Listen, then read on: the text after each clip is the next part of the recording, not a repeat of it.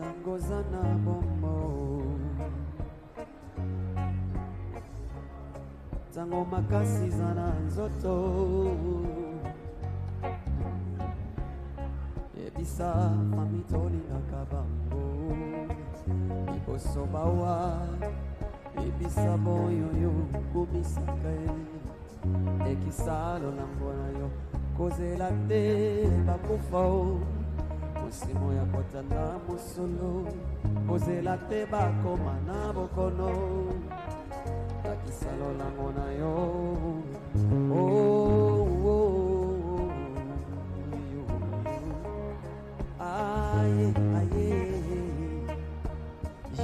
You Zangoza na bomo Takisa bango motindo gani Yole nakabango Yole la kamotema Bao yo pete la katolo Ebisa bango moye Shimoko na ngami kolave Oh nakopenda Bizolange Fami nalibibino Shimoko na ngami kolave Oh nakopenda Bizolange Fami nalibibino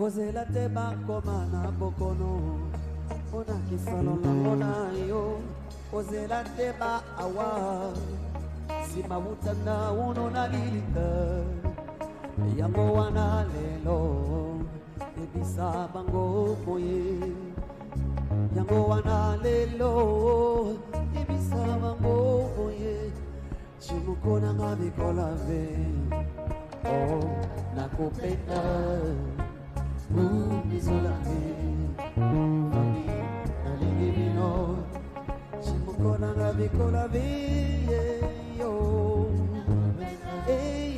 Yo Bizolange Fami nalibibino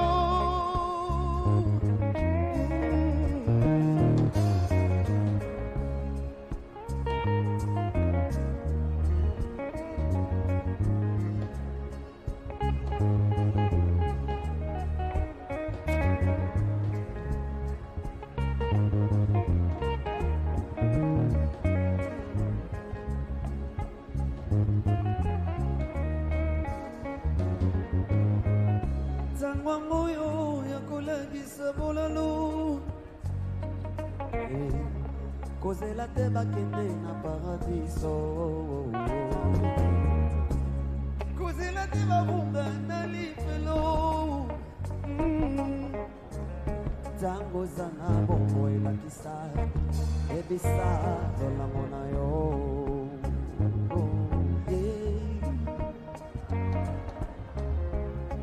Chimukola ngamikola yo Aye Fami Oh Mama memo Nakupenda we Uzalange Fami Nalibibino Fami Nalibibino Thank you.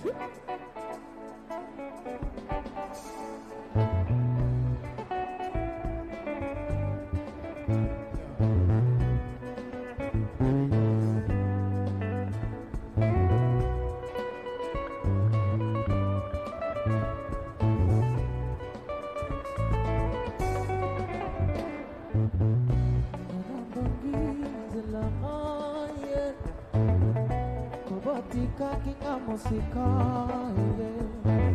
yang mana aku makitene telengano kopo lagi sangat zelaganye nenge ninyonga yo balinga nakuluka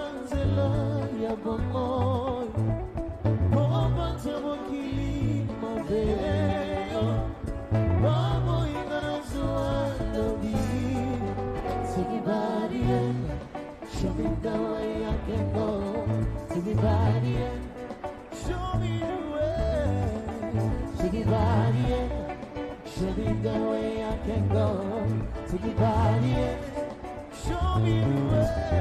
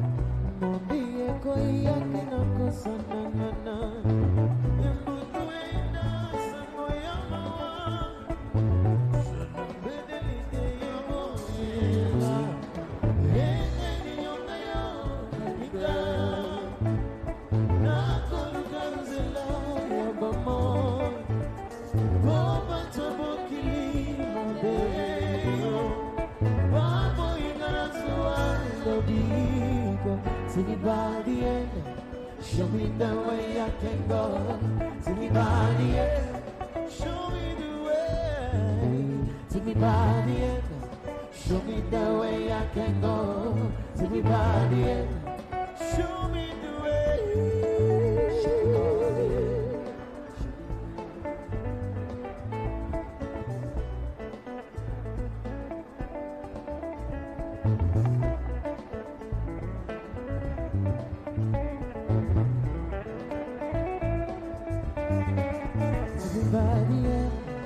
Show me the way I can go.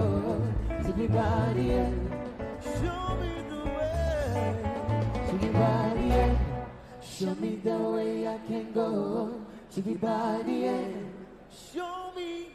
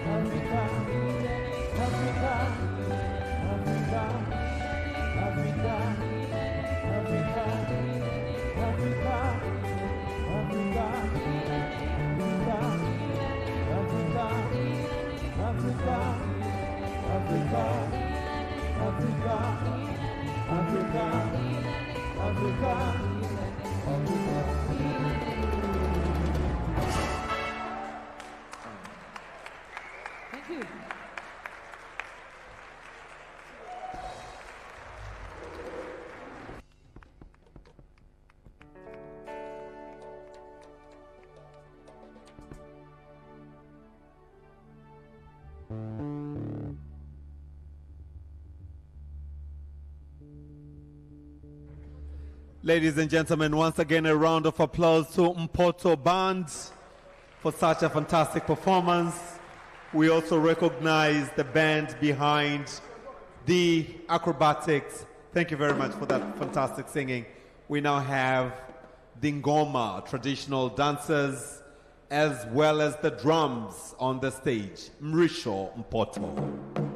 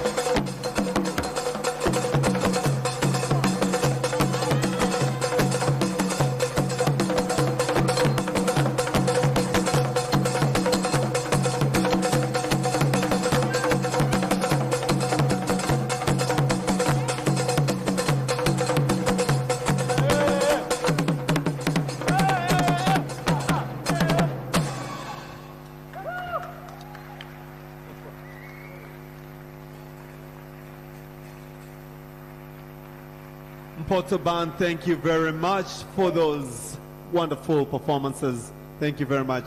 Distinguished delegates, ladies and gentlemen, momentarily, we shall display a barcode which we kindly request you to scan it and give us a feedback of how this eLearning African conference went this year in preparation for the next one coming.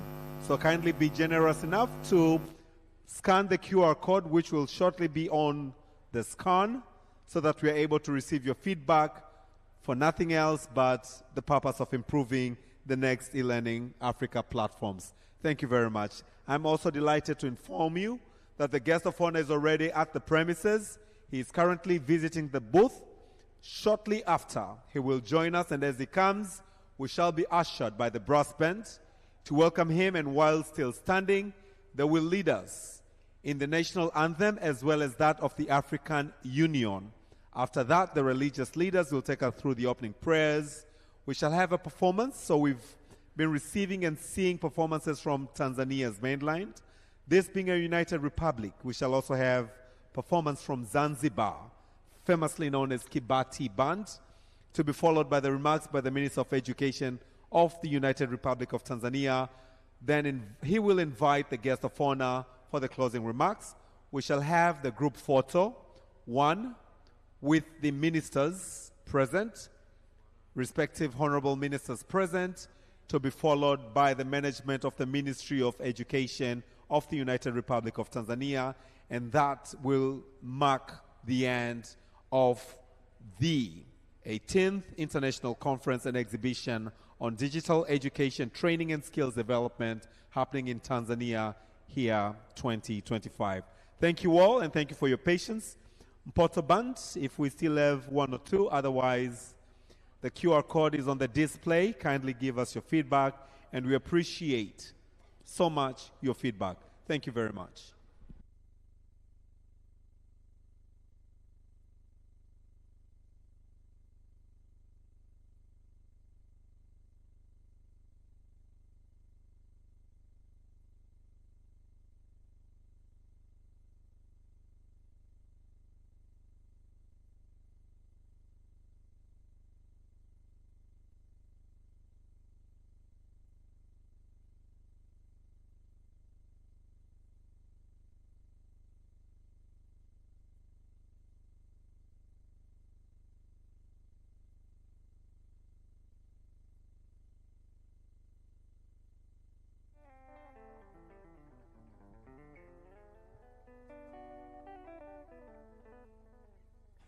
Mpoto.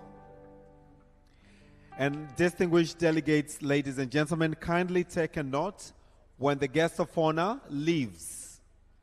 After the very end, we shall have the eLearning Africa plenary debate.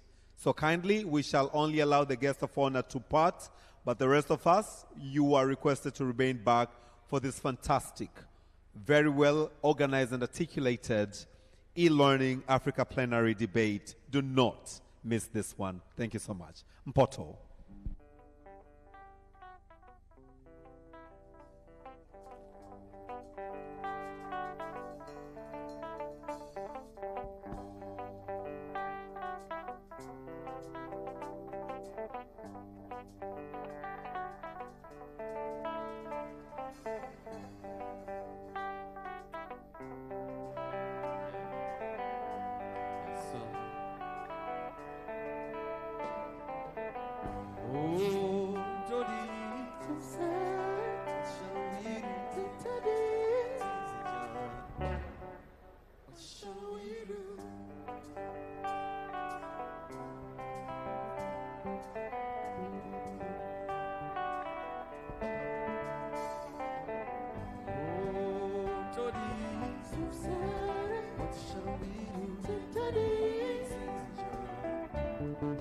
What shall we do?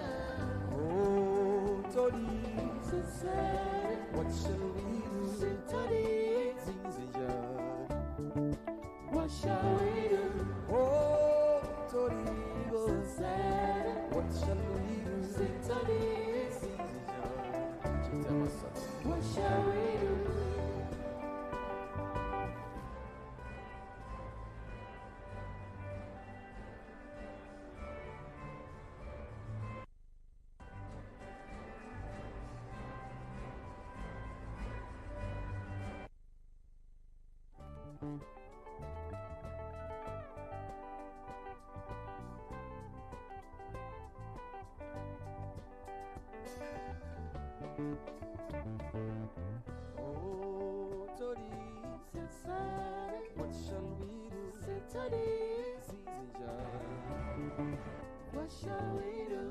Hey, Torigo. Sere. What shall we do? Sitari. Zinzija. What shall we do? Zina rwanza zei kupinywa newa ukere naye. Torino ihawo tachiwana. Zina rwanza zei kupinywa neya gakiza vumba.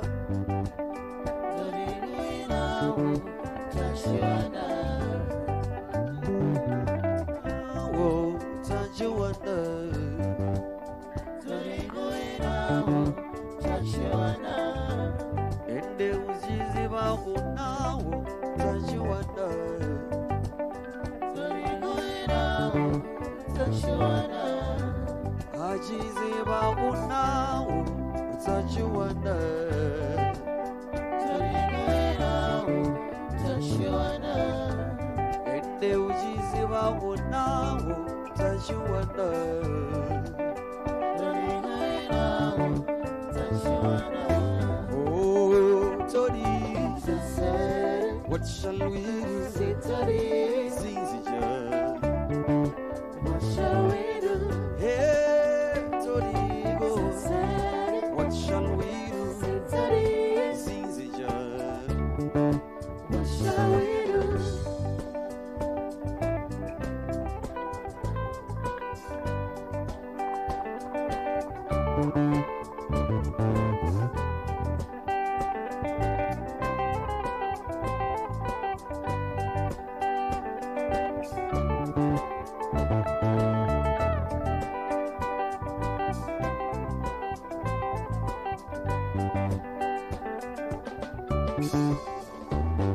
Serebe tuba urim namatobaro beta pererwa. Tachiwana. Toni maimansando. Torino ihawo tachiwana.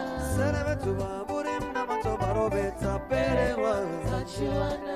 Toni maimansando. Torino ihawo tachiwana. Serebe tuba urim teuro babota pererwa. Tachiwana. Toni maimansando. Torino ihawo tachiwana. Serebe tuba urim teuro babota pererwa. Tachiwana. Toni maimansando. Torino ihawo tachiwana. Serebe tuba urim namatobaro beta pererwa. Tachiwana. Toni maimansando. Torino ihawo tachiwana. Serebe tuba urim teuro babota pererwa. Tachiwana. Toni maimansando. Torino ihawo tachiwana. Oh, Tori, Sere. what shall we do? Sitari. Zinzija. What shall we do? Hey, Torigo, Sere. what shall we do? Sitari. Zinzija. What shall we do? Thank you. Thank you. Asante sana. Hakuna matata.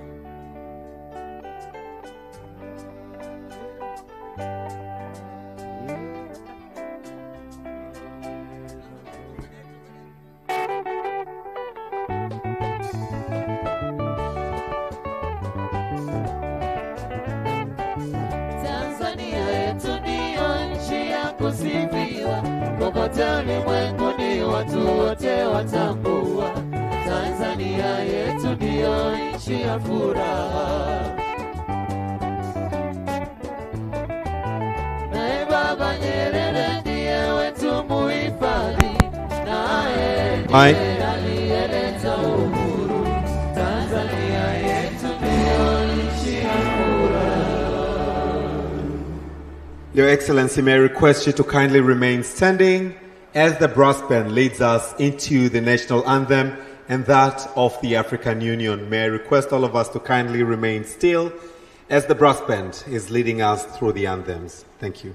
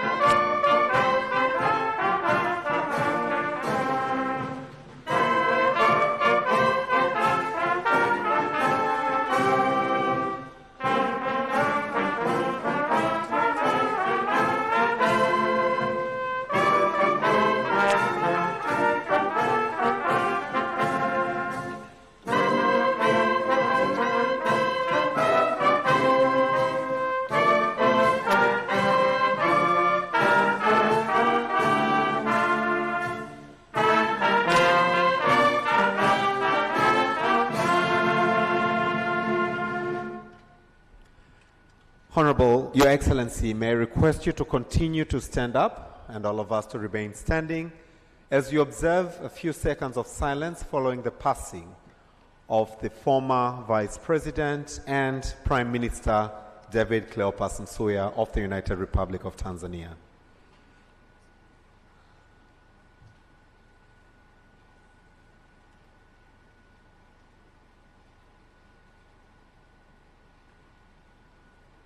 May his soul rest in peace.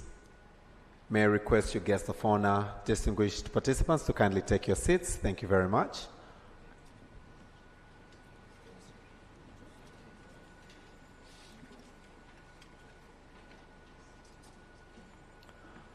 I will now invite the religious leaders to come to lead us through the opening prayers. Shall we start with the sheikh to be followed by the pastor. Karibuni viongozi wetu wa dini, muikabidhi shughuli yetu kwa Mwenyezi Mungu, tukianza nawe sheikh, alafu baba utakuja pia kuikabidhi shughuli yetu. Karibu.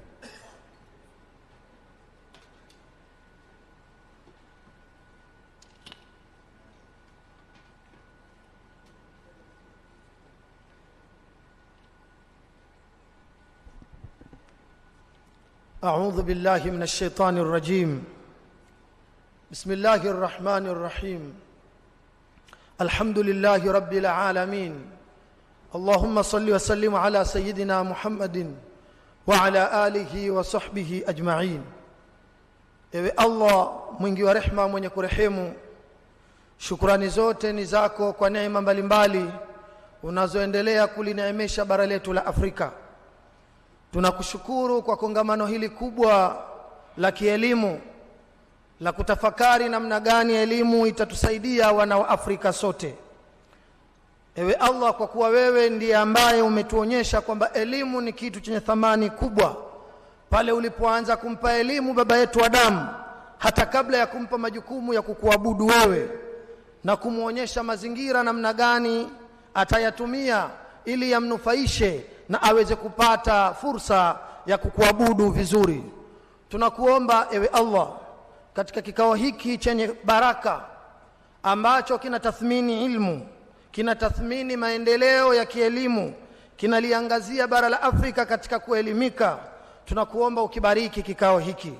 Tunakuomba wataalamu wetu hawa wazidishie maarifa, wanakongamano hawa uwafungulie fahamu, wajadili ama waondoke na maazimio yaliyokuwa mazuri ya kuweza kulistawisha bara letu la Afrika kupitia elimu mbalimbali ambazo umetupatia.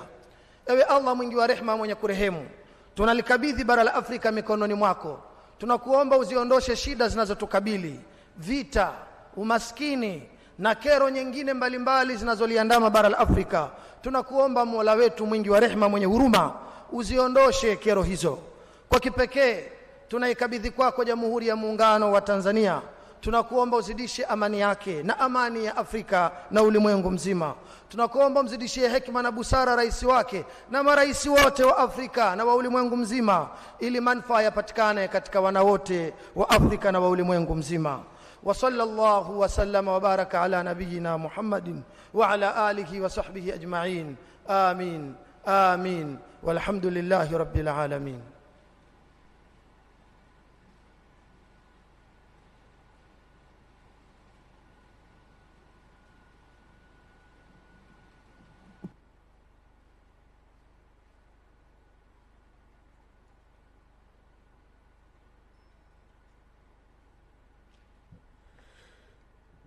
Kwa jina la Baba, Mwana na Roho Mtakatifu, tuombe.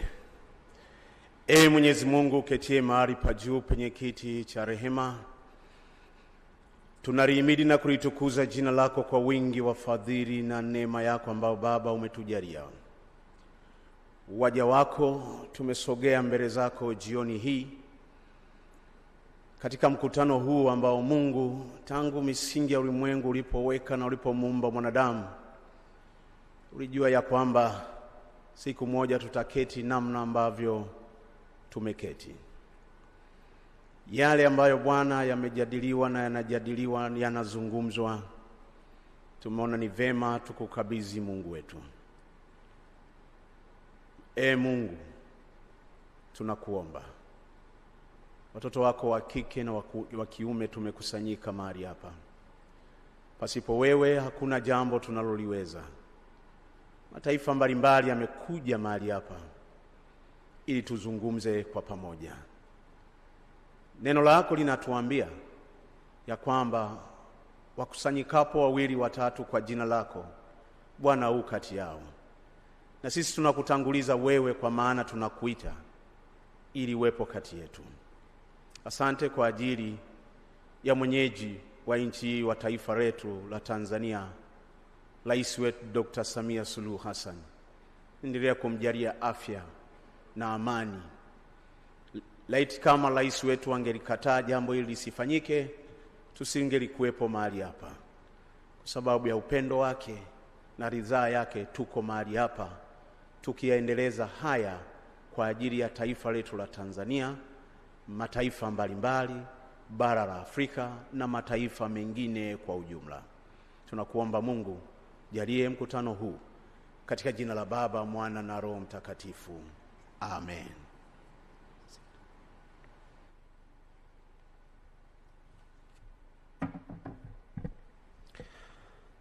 Thank you very much, our religious leaders, for leading us through the opening prayers. Your Excellency Hemedi Suleiman Abdallah, the second Vice President of the Revolutionary Government of Zanzibar and our guest of honor this afternoon, we are totally honored and delighted to have you with us this afternoon. May I request all of us delegates to really put our hands together for the guest of honor for having put his time to be with us this afternoon. Your Excellency, allow me to recognize the presence of Honorable Professor Adolf Mkenda, Minister of Education, Science and Technology of the United Republic of Tanzania, and of course our host this afternoon. A big round of applause to him as well. Guest of honor, before I recognize all the ministers present, allow me to also in a very special way recognize the presence of Ms. Rebecca Stromeyer, founder and CEO of eLearningAfrica, with us this afternoon. If you can please rise and we clap our hands for her. Thank you very much. Guest of honor, allow me to recognize in a very special way the presence of the following ministers who have been with us from we started on the 7th of May this year. I would like to recognize the presence of Honorable Minister from the Secretary of State for Secondary Education of Angola, Minister Soraya Teresa de Jesus Matthews Kalongela. If you may please rise and we recognize your presence. Okay. Honorable guest of honor, allow me to recognize from the Congo Republic, Brazzaville, Honorable Minister Gilshine Thierry Magwesa Ebome. Let's clap our hands for him. Thank you so much. Your Excellency, from the Democratic Republic of Congo, allow me to recognize the presence of Honorable Minister Raissa Malu. Raissa Malu. Let's put our hands together. Thank you so much. Your Excellency, from the Republic of Malawi, allow me to recognize the presence of Honorable Minister Jesse Zondiwe Kabwila from Malawi. Okay, I also recognize the presence of Honorable Minister from South Sudan, Gabriel Changson Chang. We recognize the presence. Your Excellency, allow me to recognize the presence of Honorable Minister of State, Ministry of Education and Sports of the Republic of Uganda, Joyce Moriku Kaduku.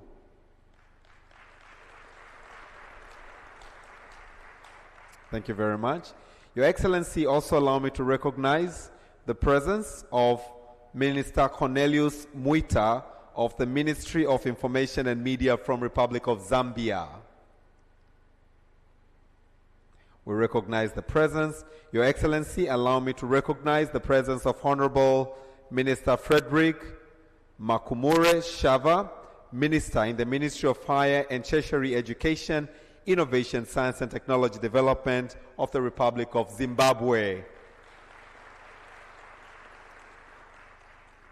Your Excellency, allow me to recognize the presence of Honorable Minister Amadou Sai-Sevan from the Ministry of National Education, Republic of Mali.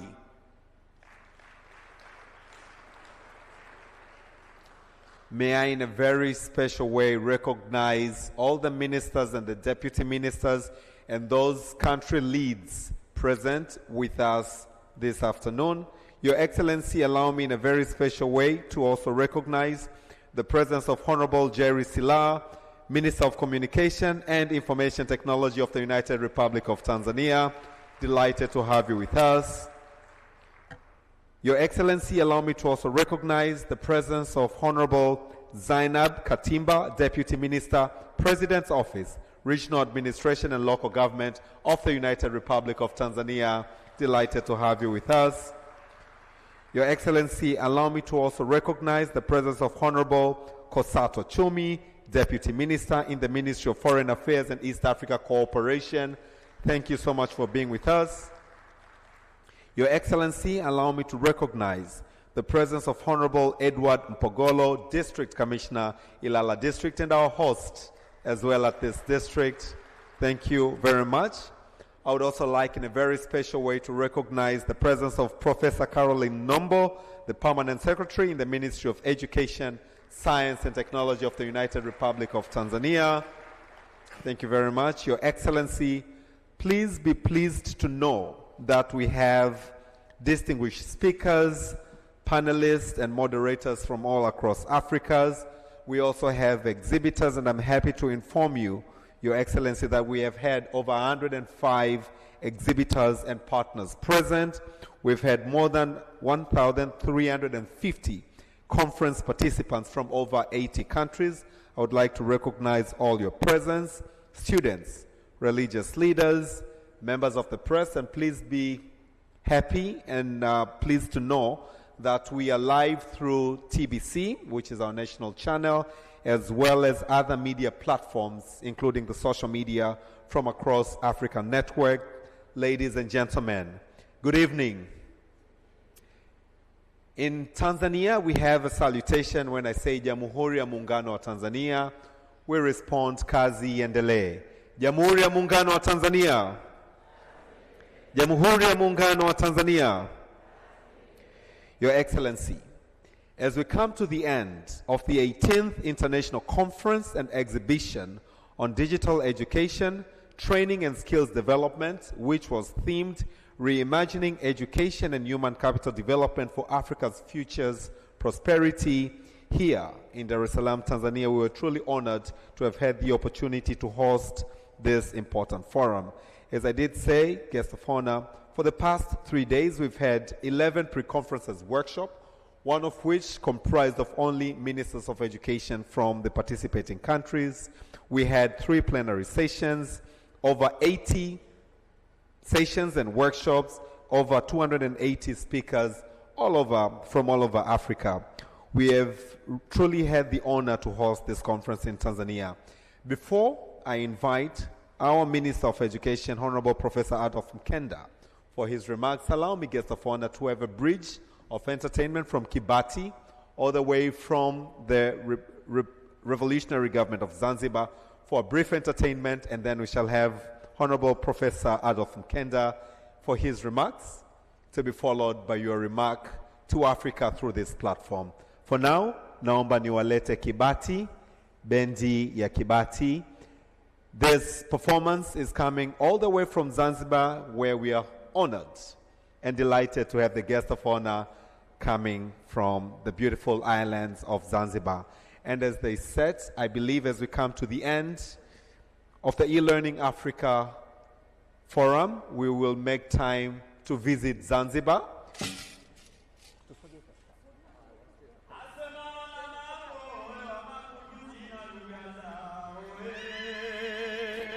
Hello. Wana mambo wa makunduchi na lugha zao. Asema wana mambo wa makunduchi na lugha zao. Wana mambo wa makunduchi na lugha zao. Asema kidimbiri kunyimba we na micha kuimba we. kwanza kwende mjini kusambaza kurudi na nini we. Hemie kwa kuimba hunishindi labda kwa ngumi, ufugumijike kumiguni kugeze uchumi we. Hena kila mnataka nioe akae makini we, tazama ulimwengu vyo kuimani katae nini we. Heni ajenende niye makunduchi ni ajenende we. Niajenende makunduchi ni ajenende. Asema baba Hemedi ni ajenende we, Kizimkazi ni ajenende we. Ni ajenende Kizimkazi ni ajenende. Basi Kizimkazi we kwa Mama Samia Suluhu Hassan karibu na mtendewe. Asema Mheshimiwa Makamo wetu wa pili we wa Rais Zanzibari Kizimkazi we baba we kwa Mama Samia Suluhu karibu na mtende. Huko kuna pweza kakata uchoko, hewe na usia we watoto wachanga musendewe. Basi hongera we baba, hongera we Makamo wetu wa pili, hongera we wa Rais wetu wa Zanzibar, hongera hoya we kwa juhudi zako twazidi akawe.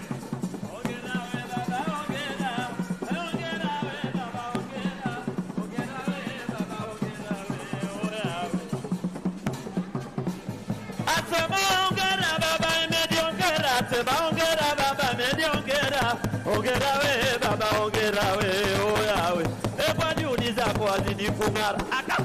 Ongera we baba, ongera we, ongera we baba, ongera we, ongera we baba, ongera oya we kwa juhudi zako wazidi kung'ara. Asema mwakali yosafiri na Bwanjuma baba, mwakali yosafiri na Bwanjuma we tumbili matango yanguka ya tuma oya we kishi majanga shamba nzima aka. Hongera we baba, hongera hongera we baba, hongera hoya we kwa juhudi zako zidi kung'ara. Asema baba we kwa juhudi zako zidi kung'ara, kwa juhudi zako zidi kung'ara, kwa juhudi zako zidi kung'ara. Asema pongezi zetu tunatoa leo kwa serikali we, wanda kongamano kubwa la kujadiliwe mifumo bora kuboresha elimu kidigitali. Asema pongezi zetu twatoa leo kwa serikali, kongamano kubwa la kujadili mifumo bora kuboresha elimu kidigitali. Wakajinga kama mijanga kuna bangula na kumeza jela langali chonge tumwa kumebega changa kuseli chomo kali kainga takala ngi safu munikara kata kama kwa likali kainga hata. Kwanza kuna vijana kuna bata baba la kukungwa changa, tena musi wale kuku wenu mkasingizia vipanga. Mimi nilipata na mama yake nakula kitoka kuna nakula sama kila mbali kila semana nipata na chele kulia kile leo kwenda zinga sobele baba kushazinga mishaka milele.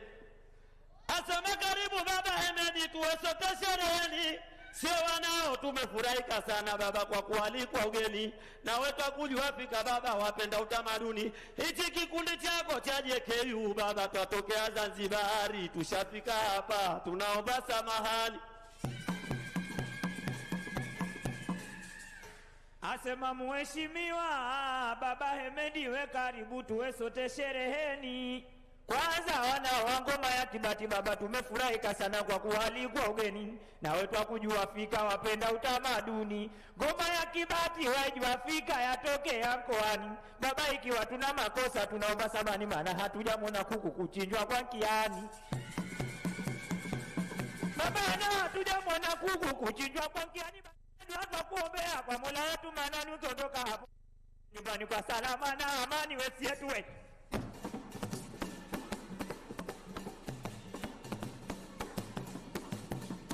Asema waloluna na wanule leo tulijadiliwe, hakujadiliwe. Kwanza wageni mliofika hapa kwetu Tanzania karibuni tuwaambia. Kwanza mheshimiwa Baba Hemedi we, wageni waliofika hapa kwetu Tanzania we, sietawambia karibuni, ujumbe mwausikia. Maana Tanzania inayo mbuga nyingi za wanyama, fukwe nzuri za kuvutia, popote mtakapokwenda hakika mutaenjoy na hakika mutafurahia. Asema popote mtakapokwenda twajua mutaenjoy tena mutafurahia, maana Tanzania ni nchi ya amani na utulivu, wenyewe twajivunia bosi yetu wa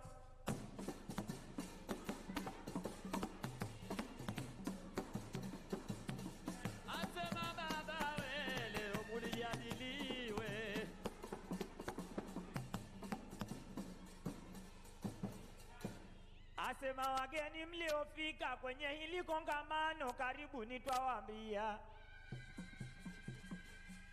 Asema wageni mliofika kutoka nchi mbalimbali kwenye hili kongamano karibuni twawaambia. Maana ni jukwaa mahususi kwenu wataalamu na viongozi wa serikali, watoaji huduma za kiteknolojia. Maana leo wadau wa habari VOA elimu leo wapo uwanjani, sote tunafurahi. Sema mheshimiwa Baba Hemedi na wadau wa elimu toka bara la Afrika na maeneo mengine leo pande zote za dunia, maana watajadili kwa kina namna hii ya teknolojia ya kidigitali inavyoweza kuboresha elimu, hasa kwenye elimu tuweze kutusaidia.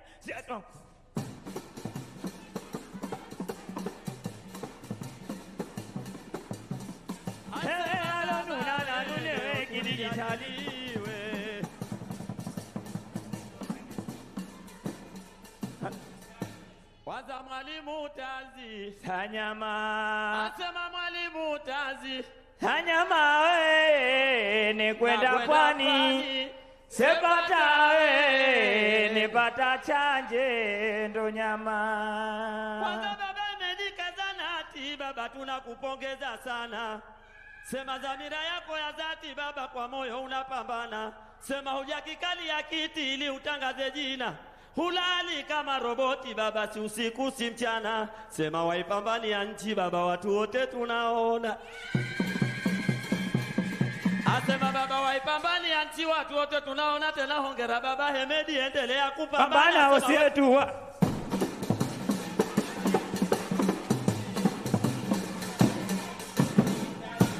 Asema fundi wangu sitanyamaza kusema kwanza ni wanyamazishe wenye inda.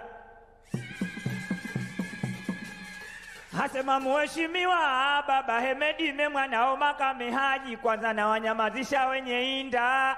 Maana namjua Afrika ngoma ya Kibati anaipenda sana mheshimiwa Baba Profesa Mkenda. Asema mheshimiwa Baba Profesa Mkenda ni wizara yake ya elimu, tena vizuri kanjipanga, ashirikiana na wenziwe pekee hajajitenga. Menajua atasimama hapa nileke sokoni memanzese kwenda kununua japo soda ya Mirinda. Sema mheshimiwa Baba Profesa Mkenda hii ngoma ya Kibati hakika anaipenda. Sema mheshimiwa Baba Hemedi mie ninavomjua wizara ya elimu, tena iongoza vizuri na sisi sote tunapenda. Atakaposimama hapa atakuja kutoa pongezi, tutaelekea Manzese kwenda kununua japo Mirinda. Hasema malengo ya kongamano japokuwa kwa ufupi mheshimiwa Baba Hemedi leo nitawatajia. Kwanza malengo ya kongamano japokuwa kwa ufupi leo nitawatajia. Maana kubadilishana uzoefu tena na uzoefu tena ni bora kwenye matumizi ya tehama huku katika elimu na sekta nyingine pia. Basi kubadilishana leo uzoefu tena ni bora kabisa kwenye matumizi ya tehama na huku kwenye elimu na sekta nyingine pia. Maana kujenga mashirikiano kikanda na kitaifa kuimarisha elimu malengo kuyafikia. Asema kuimarisha elimu malengo kuyafikia, maana kuisaidia nchi wanachama kuandaa sera zao tena mifumo ilo sabiti tena ni ya uhakika malengo kuyafikia sietu.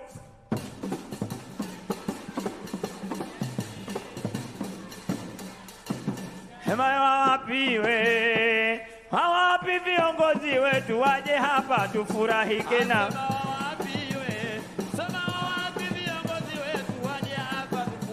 Sema baba Profesa Mkenda we na kuita uwanjani. Waziri wetu wa sayansi nawe uje hapa uwanjani. Mkuu wa wilaya wa Ilala we uje hapa uwanjani. Katibu wetu wizara elimu na kutaka uwanjani. Waliosema hayawi leo mbona leo yamekuwa eti muje hapa we. Sema waje hapa we. Sema waje hapa we. Sema waje hapa we. Hai baba baba. Baba huyo we. Baba huyo. Baba huyo. Asema baba we. Baba huyo we. Baba huyo we. Baba huyo. Baba. Sema baba emeji we. Baba huyo. Baba tunakupenda we. Baba huyo. Baba. Sema baba we. Baba huyo. Baba huyo. Hongera mwanangu we. Hongera. Nanyi mwaitikia vipi? Hongera na sisi wanao wetu hongere. Basi kuna jambo la umuhimu watu muliopo hapa twaomba tuelewane. Sema mheshimiwa Baba Hemedi, kwanza kuna jambo la umuhimu watu wote muliopo hapa twaomba tuelewane. Mazuri tuyaonayo kwenye wizara ya elimu ni matunda ya serikali zetu mbili we. Sema we ni awamu ya 6 na ya awamu ya 8. Sema mheshimiwa Baba Hemedi ni awamu ya 6 we. Na kule visiwani ya Baba Huseni awamu ya 8. Imetufanyia mengi mazuri, sote hakika tunayaona wananchi Tanzania, tuacheni tujivune. Sema wananchi Tanzania Baba Hemedi tuacheni tujivune. Basi Rais Mama Samia na Dr. Mwinyi sie tunawaombea dua watuongeze vizuri tena mizano mingine vosi yetu.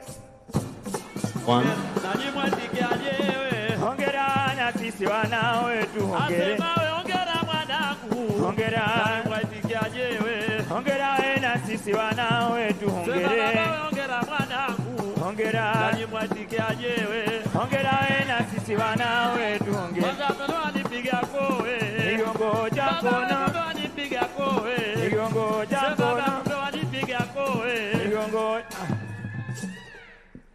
Them a big round of applause. Asante sana. Thank you very much. Kibati, all the way from Zanzibar. Thank you very much for that fantastic performance and the stage warming. Thank you so much. Your Excellency, allow me to kindly recognize yet again the presence of Honorable Minister Kilo Vivian Asheri of Cameroon. If you can please stand, we clap and recognize your presence. Let's give her a round of applause. Thank you very much. Allow me, Your Excellency, to also recognize the presence of Deputy Minister from the Republic of South Africa. From South Africa, if you can please stand up. Thank you very much. Your Excellency, we also have Honorable Eugênio Adolfo Alves de Silva, the Secretary of State for Secondary Education from Angola. Your Excellency, we also have a representative of the Minister for Communication, Information and Technology from Egypt. This is none other but Dr. Eba. But we also have, all the way from Mozambique, the Secretary of State, Ministry of Education. Thank you very much.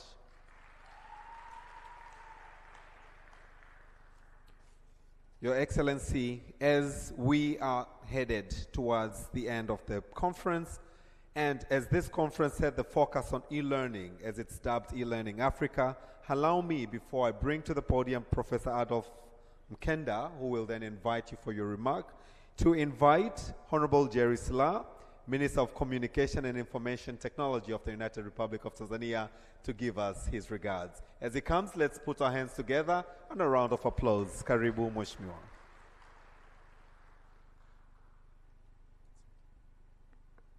Your Excellency, Hemed Suleiman Abdullah, Second Vice President of Zanzibar, allow me to stand on the protocol which has already been addressed. I stand here on behalf of the Ministry of Communication and Information Technology of the United Republic of Tanzania, which works hand in hand with the Ministry of Education as an enabling ministry. We at the Ministry of Communication and ICT, we are overseeing the ICT policy of 2016, which among other emphasize on the use of ICT in all sectors in the country.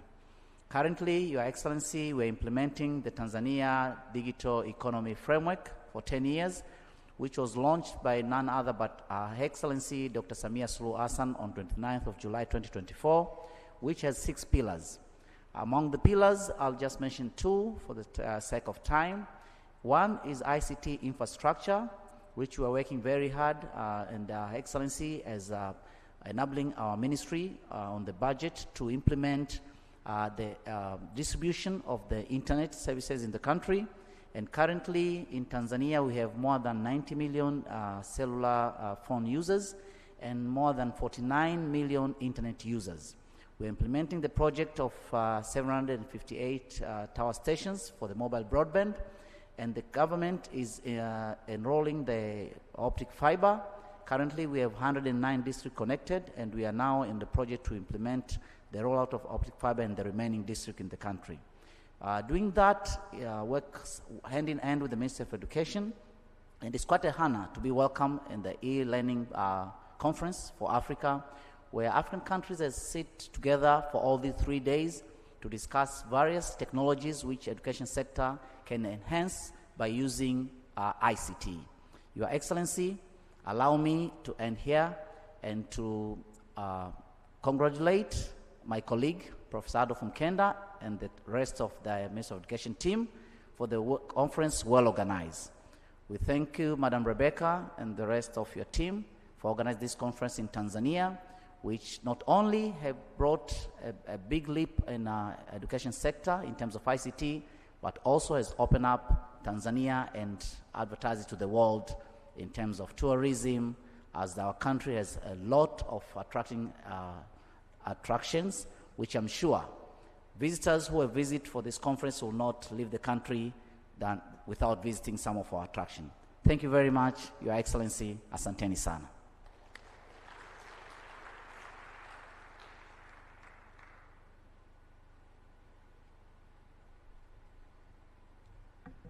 Your Excellency, allow me now to invite to the podium Professor Adolf Mkenda, the Minister of Education, Science and Technology of the United Republic of Tanzania, for his remarks, and later on invite you to speak to Africa through this platform. Mheshimiwa Waziri, karibu sana. Asante sana. Shukran. Merci. Obrigado. Your Excellency Hemed Suleiman Abdullah, the Vice President of Zanzibar, honorable ministers who are still with us here today, distinguished participants, ladies and gentlemen.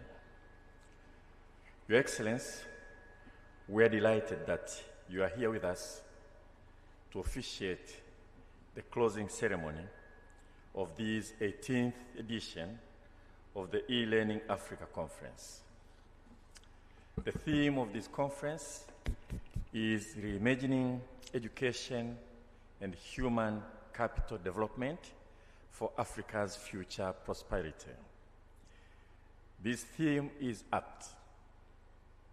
The explosion of technological development, the internet, artificial intelligence, data science in general.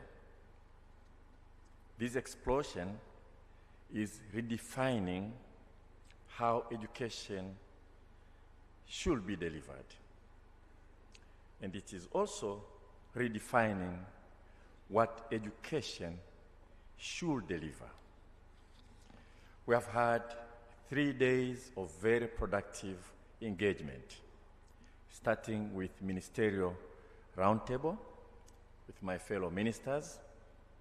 We had plenary sessions, a number of parallel sessions, bilateral engagements, networkings, exhibitions, as Your Excellency have witnessed through some of the booths you visited today.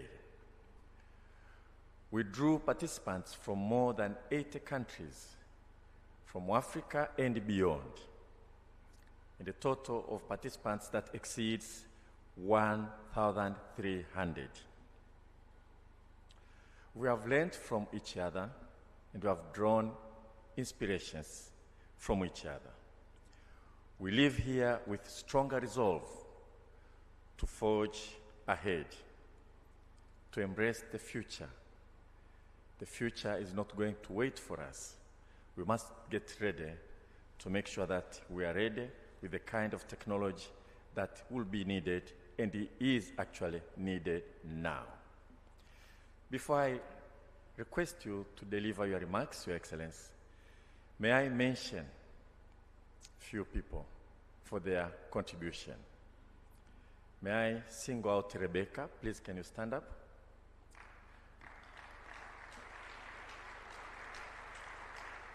The founder and CEO of eLearningAfrica that has been running for 18 years without fail.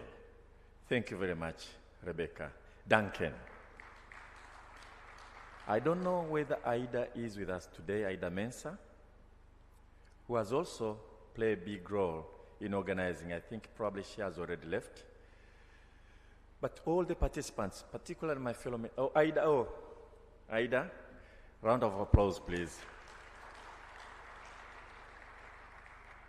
Aida has gone through many universities, but she spent some few days at the University of Dar es Salaam and still remembers some Swahili. Asante sana, Aida, dada yetu Mensah. Thank you, my fellow ministers, for being with us today. And we had fun yesterday in the dinner gala, and I saw some ministers, their move on the step when Ngoma ya Kibat was playing is just fantastic. It was useful for us to relieve the tension of hard work you have been involved. Thank you to all participants for joining us. Special thanks goes to Professor Caroline Nombo and the entire team, the PS, the Ministry of Education, Science and Technology, and the counterpart from Zanzibar, represented now by the Deputy PS. And special thanks to all the sponsors who made all this very possible. We'll communicate our thanks to all the sponsors. Now, Your Excellency, it's my distinguished honor to request you to the podium to deliver your remarks and bring this conference to a close. Karibu sana, Mheshimiwa.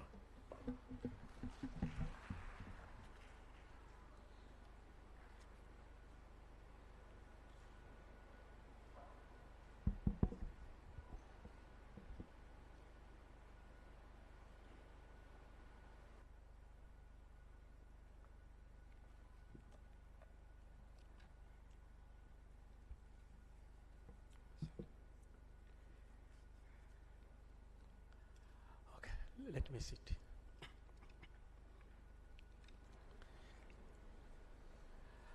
Honorable Professor Adolf Mkenda, Member of Parliament, Minister of Education, Science and Technology, United Republic of Tanzania, I recognize all ministers present in our occasion, Deputy Permanent Secretary and Deputy Permanent Secretaries, ambassadors, distinguished guests, distinguished delegates, participants, member of press, ladies and gentlemen, good afternoon.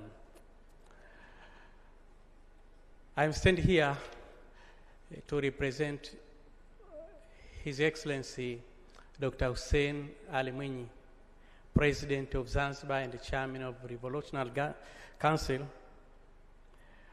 who invited to be a guest of honor, but due to unavoidable reason, His Excellency cannot be able to be here. So he directed me to present his remarks. Distinguished participants, ladies and gentlemen, as we approach a conclusion of prestigious 18th eLearning African Conference, I stand before you with a deep gratitude to deliver these closing remarks. It is truly an honor to have been invited, and I sincerely appreciate the trust and the warm hospitality extended to me by the organizer and all participants. Thank you very much. Distinguished participants, ladies and gentlemen, on behalf of the United Republic of Tanzania, it has been our great pleasure to host you in our beautiful country.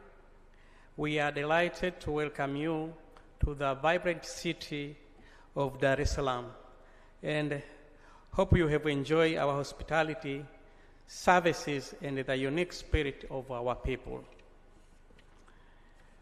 Distinguished participants, ladies and gentlemen, I extend my appreciation to the Ministry of Education, Science and Technology for their exceptional leadership and unwavering commitment in making this event a success. My sincere gratitude also extends to the National Organizing Committee and the National Steering Committee of Permanent Secretaries for their invaluable guidance and tireless effort. Thank you very much, PS. I am equally grateful to the International Communication World Event Team for their professional collaboration and the steadfast support. This conference would not have been possible without the dedication and hard work of all these partners.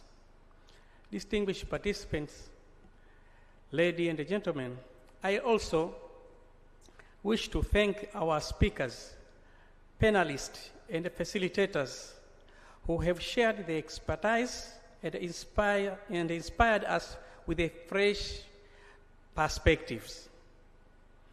Appreciation is extended to the organizer, sponsors, and the partners whose dedication has been instrumental in fostering these vital discussions.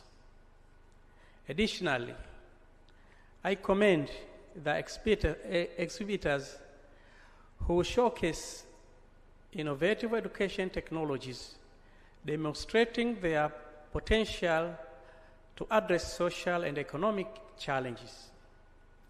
The exhibition has truly highlighted the power of innovation in enhancing teaching and learning. Distinguished participants, ladies and gentlemen, Africa stands as a pivotal moment in history with the largest youth workforce and abundant natural resource, offering an unparalleled opportunity to drive economic transformation and sustainable development. The transformative potential of digital technologies can enable Africa to harness its youthful population and vast resource for innovation, economic growth, and empowerment. By leveraging digital solutions, we can reshape our economies and unlock new avenues for prosperous, sustainable futures. Distinguished participants, ladies and gentlemen, this year's theme, Reimagining Education and Human Capital Development for Africa Future Prosperity, emphasize the transformation of the education landscape and the development of a skilled workforce to drive sustainable growth and innovation.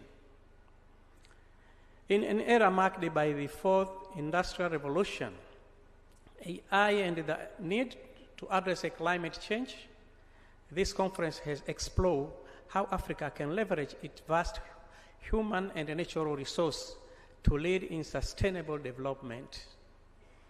Distinguished participants, ladies and gentlemen, over the past 3 days, we have delved into crucial topics such as inclusive education, teacher trainings, technology integration, and AI in education, with a strong focus on building digital skills, your empowerment, and employability. Your discussion have also covered sustainability, heritage, digital transformation, and the challenge within Africa education. Collaboration and partnership emerged as a key to the driving meaningful change across the continent.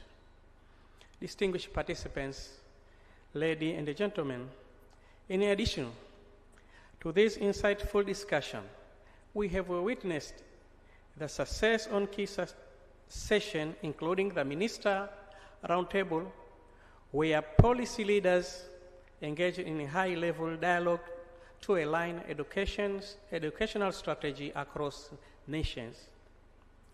Delegates share experience and highlight innovative practice that can be replicated across countries. Moreover, the bilateral and the networking session have fostered deeper collaboration and partnership, paving the way for collective action in advancing scalable education solutions across Africa. Distinguished participants, ladies and gentlemen, with a youthful population eager to embrace digital tools and the abundant natural resource at our disposal, we are in a unique position to leapfrog traditional models of development. Let us seize this moment to collaborate, innovate, and accelerate the digital revolution in education, ensuring that African youth are equipped with the skill to thrive in 21st centuries. Distinguished participants, ladies and gentlemen, the recommendation emerging from this conference are crucial for the sustainable development of our nation. I hope all countries will work diligently to implement this recommendation. As we look forward to meeting again next year, I trust we will have the opportunity to reflect on the progress made. I strongly encourage the Secretariat to include this recommendation in the communique for adoption and implementation by all Africans. Distinguished participants, ladies and gentlemen, Tanzania is committed to digital transformation with a dynamic and a promising youth population ready to drive innovation and technological development.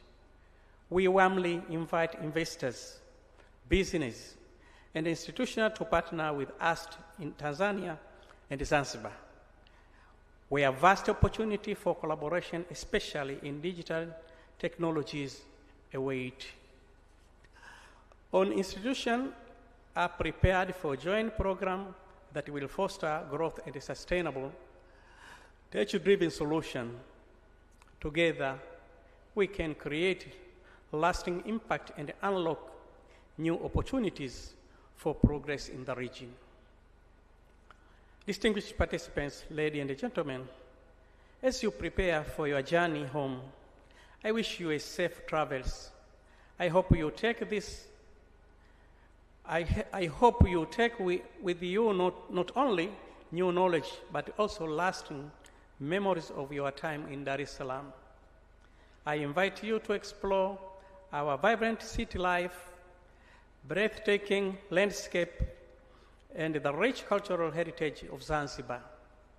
Whether you visit the Serengeti, Ngorongoro crater, or Zanzibar pristine beaches, I'm sure you will carry the warmth of our people with you.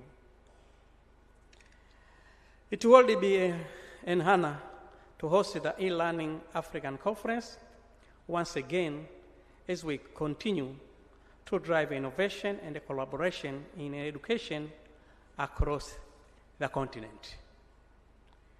Distinguished participants, ladies and gentlemen, with this, a few remarks on behalf of His Excellency Dr. Hussein Ali Mwinyi, President of Zanzibar and the Chairman of Revolutionary Council, it is my honor and a privilege to declare the 18th eLearning Africa Conference 2025 officially closed.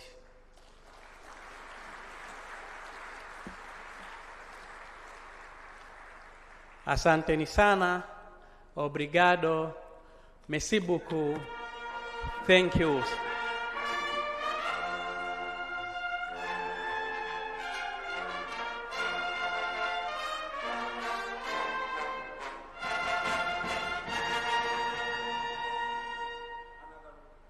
Another round of applause for the guest of honor. Thank you very much. I've requested the guest of honor to kindly remain back on the stage for a few photos. We're going to take 2 pictures. May I request invited guests to kindly take your seat. Members of the high table, please join the honorable guest of honor onto the stage. May I also request all ministers present and deputy ministers and the permanent secretaries, country leads, to please join us on the stage for a group photo.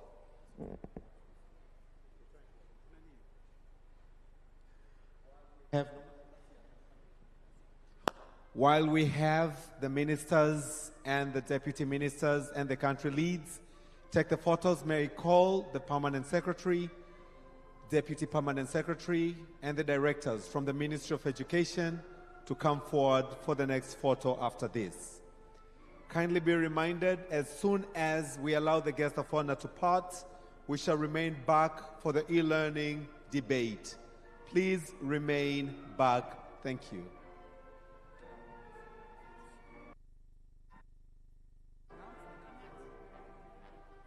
Please don't carry anything as you come for the group photo. Leave them on your chair. You'll find them safe and secured. Organizing committee, please join us as well onto the second and final photo. Thank you so much, Honorable. Please let's exit the stage through our right hand. Only ministers, members of the high table, please remain on the stage.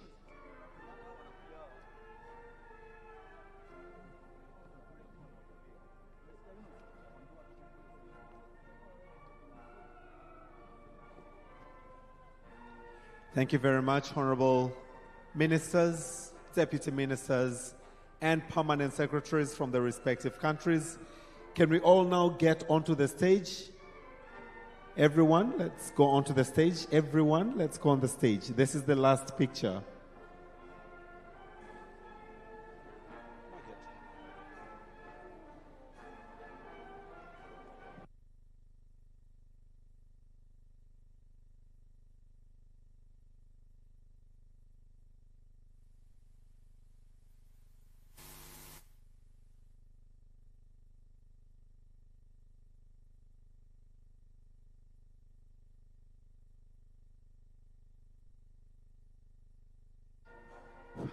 When I say e-learning, can we all say Africa? E-learning?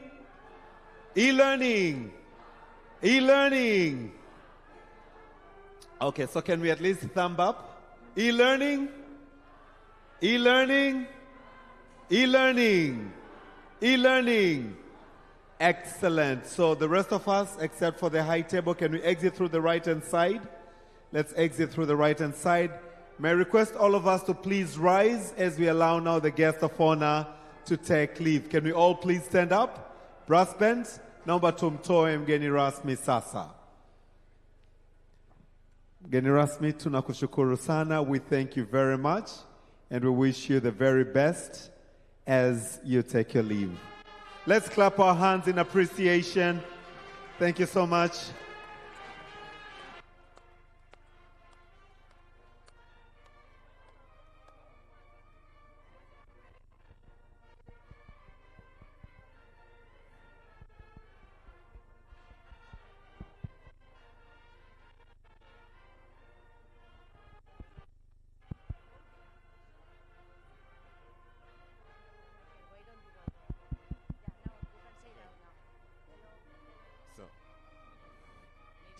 Testing. 1, 2. What if you go there?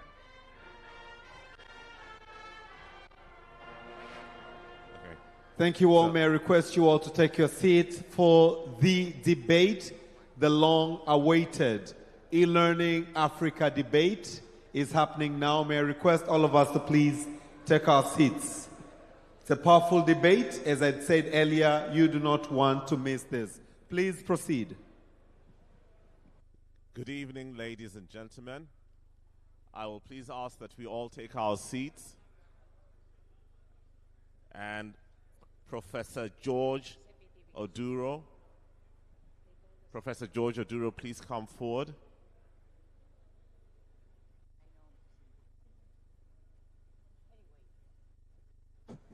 The debate is on now. May I request that we take our seats? Could we all please take our seats? Can we all please be seated for the eLearning Africa debate?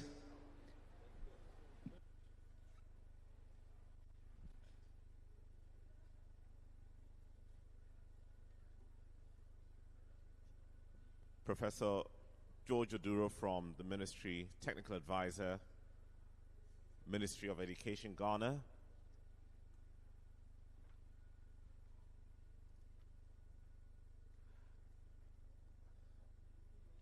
Thank you, Professor. Go ahead.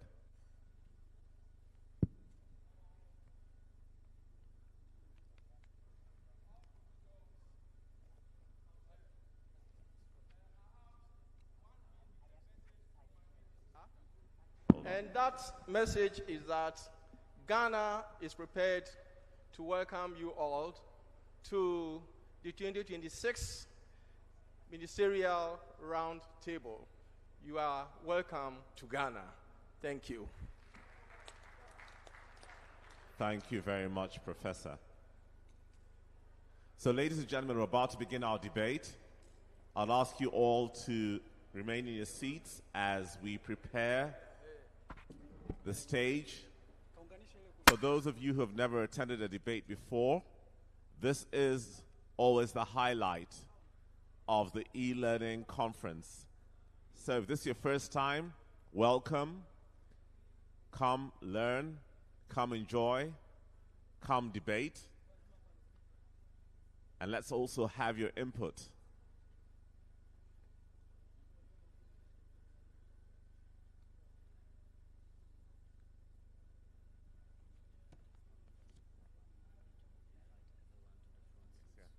I would like to ask everybody to please move to the front seats. Could you all occupy the first 4 rows, please? Thank you very much. If you could all move to the front seats, thank you. Thank you very much. Yes. Yes. So if you could all please move to the front, thank you very much. Much appreciated.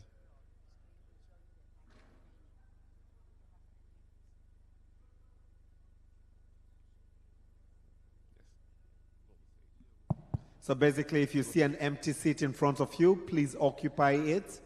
Can we all move forward? And those who are seated up, if you do not mind to come down, will be lovely. But those of us down here, if there's an empty seat in front of you, kindly feel free to occupy it. Even the black chairs now, we've finished all the protocol.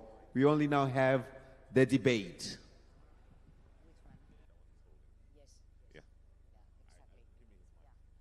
So everybody, please come to the front. Thank you very much. Those who are upstairs, if you could come down, would be nice to have you all down here. Come and take the front seats. The first 2 rows are still empty. Great. Keep moving, keep moving. And as you're moving, I shall ask our participants, our debate participants, to go up on the stage to occupy their various seats too.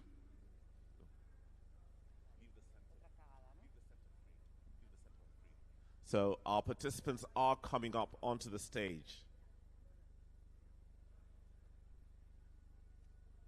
We'll let those who are upstairs come down and also settle. Thank you for those who are moving forward. Great.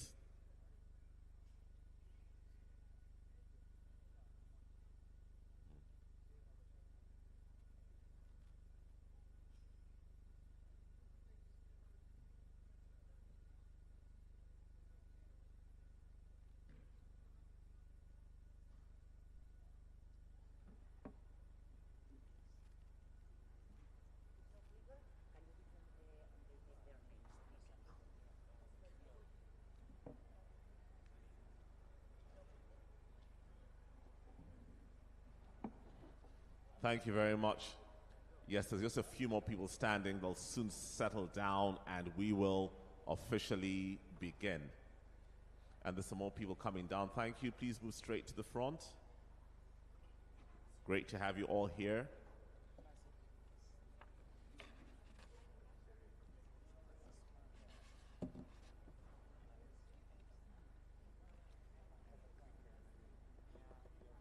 So as we are settling, and as the rest are coming down,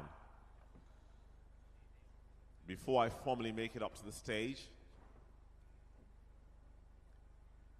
I would like to interrogate your minds. I'd like to throw some thoughts your way that will help us understand the topic for today's debate. So let me show you something very terrifying. There's no visuals needed. Just imagine this.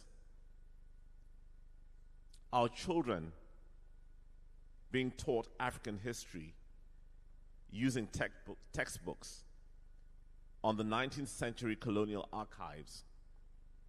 Our elders, wisdom fading each day, undocumented, undigitized. And as AI reshapes education globally, Africa's contribution stands at just 2%. This evening, we confront a haunting question. Is AI the final chapter for epistemic erasure, or can we rewrite the code? Ladies and gentlemen, my name is Michael Onyango, and I'll be chairing the debate this evening, and we're looking forward to you all participating. Can we give a round of applause to all our participants up on stage? Come on, you guys, let's do better than that.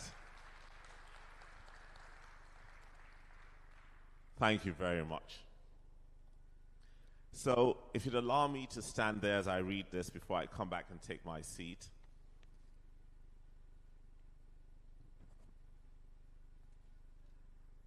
It's great to see you all here today. Really great to see you. I can see some familiar faces. I can see plenty of new faces, which has been more exciting and more important. So, if you've never been at a debate session before at eLearning, well, this is it. You're going to enjoy it. You're probably going to pull out your hair. You're probably going to want to throw your water bottles, but I'll declare that you can't do that. You must just sit still, wait for the time for your questions, for your contributions, and we'll allow you to also be a part of it. So, let me officially welcome you all to the 18th eLearning Africa plenary debate. Today is the 9th of May, and the motion before us tonight is: this House believes AI will undermine Africa's indigenous knowledge more effectively than colonialism ever did. To our colleagues from across the ocean, just so that we're all together, it is AI, not A1. There is a disclaimer which I would like to put forward. Tonight's debate is designed both as edutainment and intellectual stress relief, a space to explore provocative ideas with rigor and wit. The arguments presented by our panelists before us here are crafted for the purpose of this debate and do not, and I repeat again, do not necessarily reflect their personal views or the positions affiliated with their institutions. However, we encourage you to engage critically, but remember this is a forum for lively exchange and not a policy directive. So allow me to introduce the different panelists and to rightfully tell you a little bit about them and what they do, or what they have done and continue to do. I'll start off with Asma Fenry. Asma, just put up your hand up so people can see you. Thank you very much. She's a leading digital innovation strategist who has dedicated her career to interrogating the intersection of technology and identity bias. Her landmark study revealed that 80% of AI-generated content on African history is drawn from sources outside the continent, predominantly from the colonial era archives and Western academic repositories. She's now at Honoris United Universities, and Asma is driving a Pan-African initiative across 31 campuses to build culturally aware AI systems. She's developing algorithms to detect and correct biases in digital learning tools. And there's much more I could continue saying about her, but let me pause there. I will go to her colleague, who's also for the motion. His name is Poncelet Elileji. I hope I said that right. Poncelet, could you please put up your hands so people can see you? Great. So Poncelet is one of West Africa's most respected voices in digital rights and indigenous knowledge preservation. He's developed the region's first blockchain for traditional knowledge and now safeguarding more than 40,000 cultural and ecological assets, from ancestral farming techniques to sacred chants and folklore. In 2023, his audit of AI educational tools found that 89% of Swahili language content included several cultural distortions. Most importantly, right now, Poncelet is also at the African Union as the lead advisor on digital sovereignty, where he's helping shape the continental policy to protect indigenous data. I'll now turn over to the team that's against the motion. And yes, it's normally the norm that is ladies first, but I'll go by the traditional African way of ladies first, but men before. So I will go over to Donald Clark.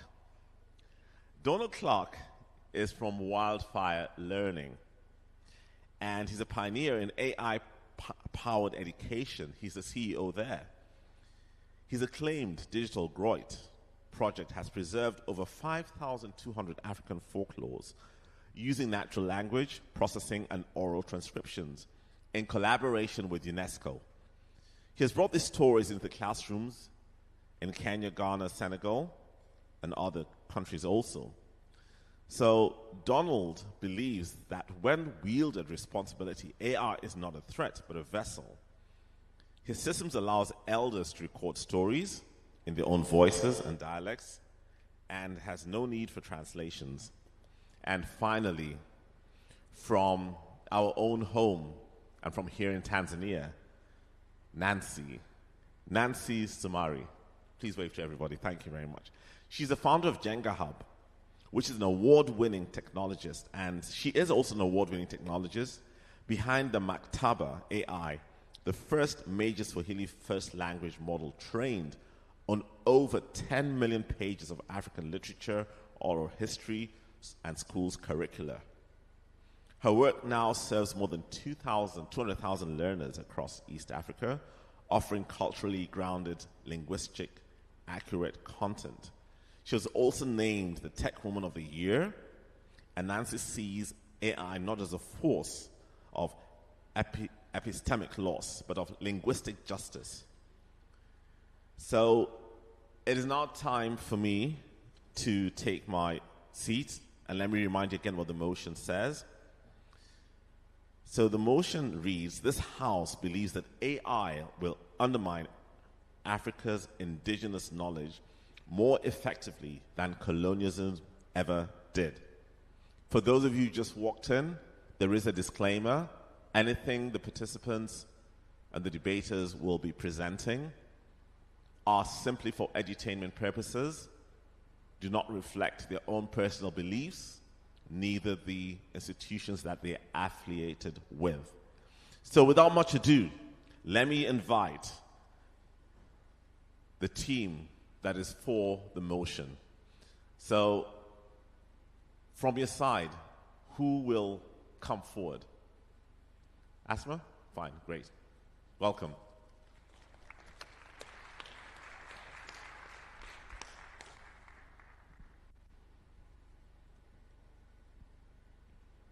Ladies and gentlemen, distinguished guests, respected opponent, I will begin with a painful truth. Colonialism is not just about domination.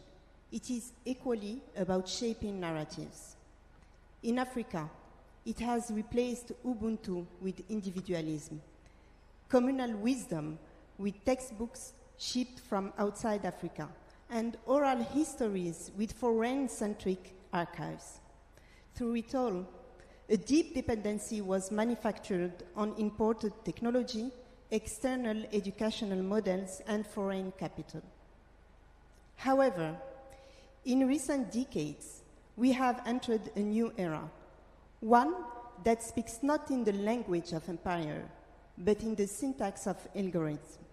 And it presents challenges that echo the past with greater speed and depth. If colonialism once deepened our dependence on important goods, AI today risks deepening our dependence on important truths. AI operates in the realm of algorithms, of data flow, of code written in distant lands, often by minds with little understanding or appreciation of the intricate tapestry of African knowledge. These algorithms, trained on datasets that overwhelmingly reflect Western perspectives, become the new gatekeepers of information. They determine what is relevant, what is prioritized, what is even deemed to exist. Think of our oral traditions, the proverbs that encapsulate generations of wisdom, the nuanced understanding of our ecosystems passed down through storytelling. How will these be indexed, understood, valued by an AI trained on Western literature or Eastern scientific databases? AI is a digital cultural bomb, understood subtly yet relentlessly devaluing and marginalizing our unique ways of knowing. Our children, increasingly interacting with these systems, will be taught that knowledge resides in these foreign algorithms, not in the voice of their grandparents, not in the ancient practice of their communities. Let us understand the nature of this new power. AI is becoming the default lens through which knowledge is processed, filtered, and valued. It informs what we search, what we see, and what we believe, and increasingly what we forget. It decides what content is relevant, what history is shown, what language is recognized, and what health risks are flagged. Today, AI is being introduced to African healthcare, education, policing, and financial services without meaningful consent or contextual understanding. And who benefits? As AI-generated value explodes, expected to add trillions to the global economy, where is Africa's share? When data is the new oil, we are the oil fields, but someone else owns the refinery. And who builds these systems? Who owns them? Who trains them? It's a handful of global corporations headquartered in Silicon Valley or Shenzhen. Let me take you through three concrete areas where AI is already discriminating Africans. First, our languages. As of today, more than 90% of large language models are trained on English or other dominant global languages. Less than 0.1% of AI models reflect African linguistic or cultural realities. Many African languages, rich in metaphor, in proverbs, context, and community meaning, are not even tokenized by AI models. There are over 2,000 languages spoken on this continent, yet the majority of AI languages barely recognize more than a handful. Try speaking Yoruba or Darija to your AI assistant. Indeed, AI fails to understand them. Why? Because our languages are underrepresented in the datasets used to train them. It's not a glitch, it's a reflection of whose knowledge counts and whose doesn't. Secondly, systemic biases. AI models trained on Western-centric data perform poorly when applied in Africa contexts. Facial recognition technologies, for instance, routinely misidentify dark-skinned individuals. AI health tools trained on Western populations cannot detect diseases common in Africa genomes, and health AI tools trained on foreign datasets make fatal errors when used in Africa hospital. This is not just about poor performance, it's about who gets to define the standard human in the age of AI. Once again, we find ourselves in the margins of systems we did not design, but that increasingly govern us. Thirdly, our cultural narratives. Recommendation systems like those on Netflix, YouTube, or TikToks prioritize content with high engagement rates based on US and Chinese algorithms. African filmmakers, musicians, or creators are forced to adapt not to their audience, but to a metric designed far away. Culture is flattened. Local nuance is lost. That means African creators must shape their stories, their music, their aesthetics to fit foreign norms if they hope to be seen. Our cultural expressions are thus repackaged and exported back in a diluted form. AI is not just about automating decisions, it's promoting cultural homogenization. But why do I argue that AI will be even more effective than colonialism at undermining indigenous knowledge? As the great Pan-Africanist and first president of Ghana, Kwame Nkrumah, eloquently stated, neocolonialism is the worst form of imperialism.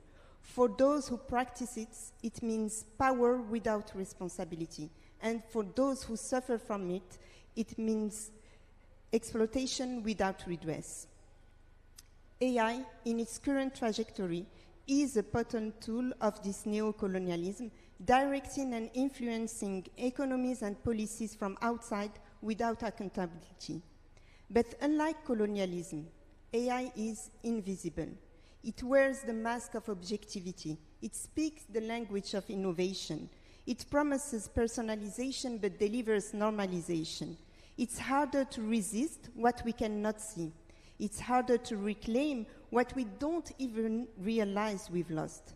While colonialism could be overthrown on the streets, AI is embedded in the system that runs hospitals, schools, banks, and elections.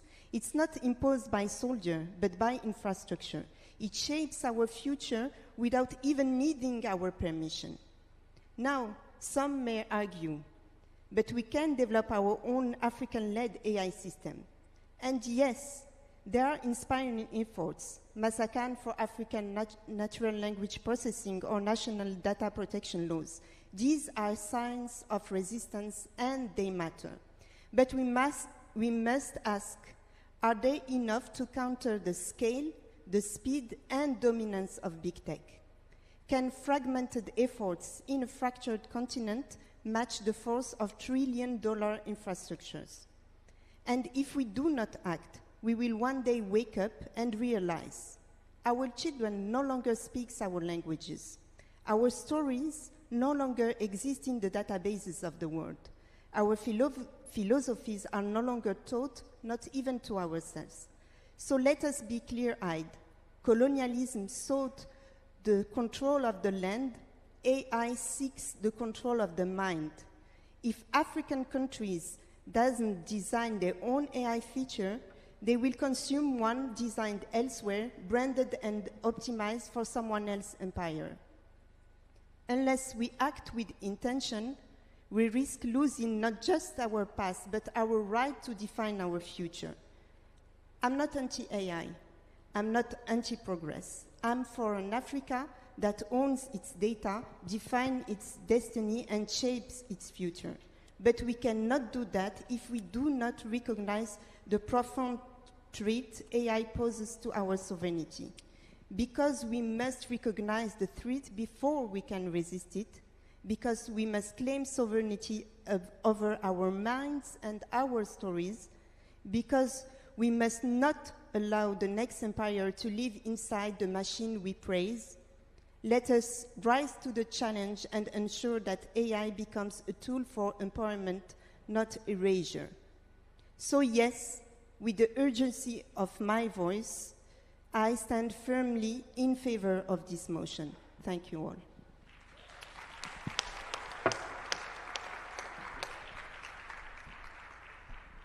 Thank you very much, Asma, for those comments that you've just made. So she has said that AI has not just come for the land, but even worse, for the minds. Over to you, and let's see. Yes. No, it's yes, this team against the motion, yes. Your counter-argument. Donald, you're going to go first? Okay, fine. Good evening, my friends. I feel that this needs some explanation. So, Rebecca said on Friday we want everybody to wear their national dress, and I've seen some fantastic national dress. I can't easily compete with the guy just behind here in the middle. It's the most colorful thing I've seen ever. It's fantastic. Thank you, my friend.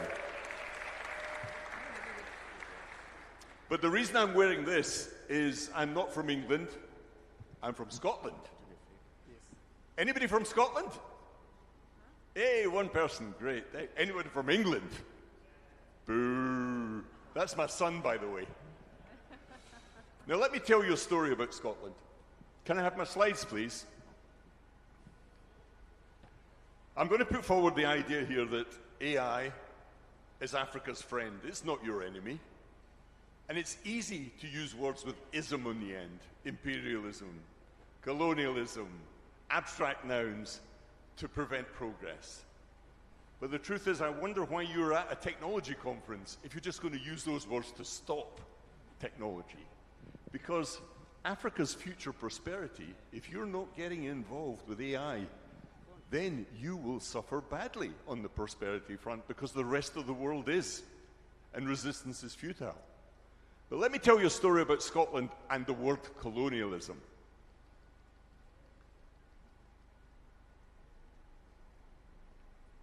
Sorry, the slides are not going forward.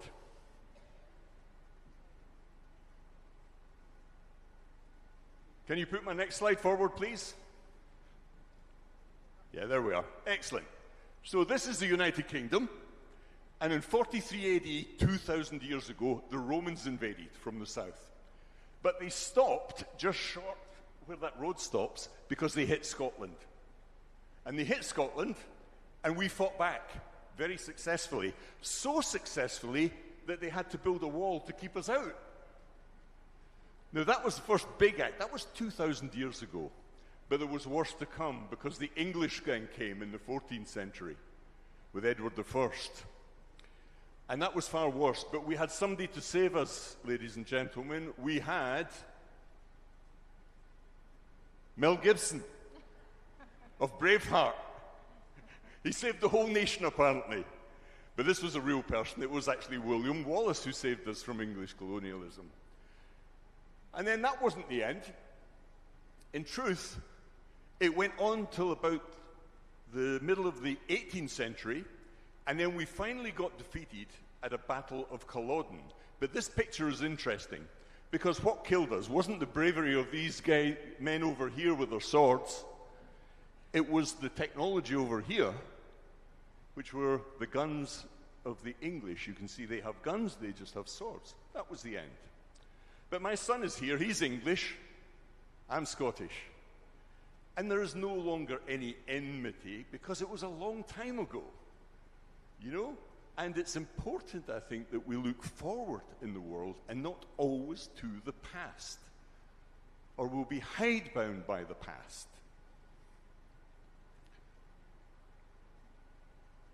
Now, most of the technology, you're absolutely right, comes from the United States, okay? Now, the United States themselves, remember, 1747, we were defeated. 1776, America gets its independence from the colonialists. It calls itself in the Constitution, these united colonies are and of right ought to be free and independent states. This was actually written by some people who were called the Scots-Irish who had emigrated to America. They called themselves colonies, but they were quite proud of being the colonies. And of course, it became the greatest economy on the planet. And that's where this technology comes from, but I'm not holding it against them. They did it. They should be proud of that. But it's proving to be very useful for all of us. Now, if we now go on to the history of AI for a moment, we had here in Africa the very first marks that were put by Homo sapiens onto a shell about 500,000 years ago, cave art 50,000. Writing was invented here in Africa, in Egypt, only 4 places on the planet. In Egypt, Mesopotamia, much later in China, much later in Mesoamerica. Egypt in Africa invented writing. And since then, the total sum of knowledge through printing, computers, AI, was gathered together and used to train the AI model over here. So when you speak to ChatGPT, you're not speaking to a piece of technology, you're speaking to the sum total of human knowledge and culture. You're speaking to us. You're speaking to us. This is not technology. It's a wondrous, magical thing. And if you were to try and read the sheer scale of this knowledge, it would take you 170,000 years reading 8 hours a day. Ladies and gentlemen, you ain't catching up anytime soon. We're well behind. And the truth of the matter is, who were the greatest colonialists in the world? Where did all Homo sapiens come from? Here, Tanzania. We're all Tanzanians. Everything came from just north of here. All Homo sapiens, every single one on the planet. And it conquered the entire planet. Wa Donald Digital. Inapendeza sana kualikwa kuzungumzia akili unde na ukoloni hapa Dar es Salaam. Sorry, it didn't have the volume up. That was me speaking Swahili. I can't speak Swahili. But I typed it in English. The AI took it. That's not me, by the way. That's not video. That was just an avatar. This is just numbers. And if you had heard that properly, it was speaking perfect Swahili. In fact, not just Swahili. It was Tanzanian Swahili, not Kenyan Swahili, on its accent. In other words, this technology is infinitely flexible. It can speak dozens and dozens and dozens of languages. This is not something that's exclusive. It's something that's inclusive. And then if we talk about the rarity of languages, then, sorry, it's going too far. Google, one of these evil empire companies apparently in America, actually have a massive program which is heading towards the inclusion of 1,000 languages. And we have James Manyika, who I think comes from Zimbabwe, who is a really senior guy in Google, who has already set up several research centers in Africa to do exactly what you were saying, to gather data so that we don't lose the richness of the languages, especially in Africa. And he was named, this is him at the bottom, one of the top 100 AI influencers, and rightly so. Why? Because he believes it should be inclusive and should include every African language. But there's a problem. There's a problem because most African languages, so there are 7,100 languages on the planet, and about 2,100 in Africa. The problem is that most of them are oral languages without much writing. There's a problem. How do we face up to this? Well, we have initiatives like the No Language Left Behind. This is from Meta or Facebook. And of course, they have targeted low-resource languages, languages that have hardly any text. And let me explain why that's a good thing for Africa and future culture, because they've already got 200 languages, 55 African languages, and they're doing well. Not only have they set up Florist, which is a big, massive multilingual data set, which includes many, many African languages. They are being proactive in seeking out that data so that these models can be trained in exactly the same way that we want them to be trained, with minority language translation.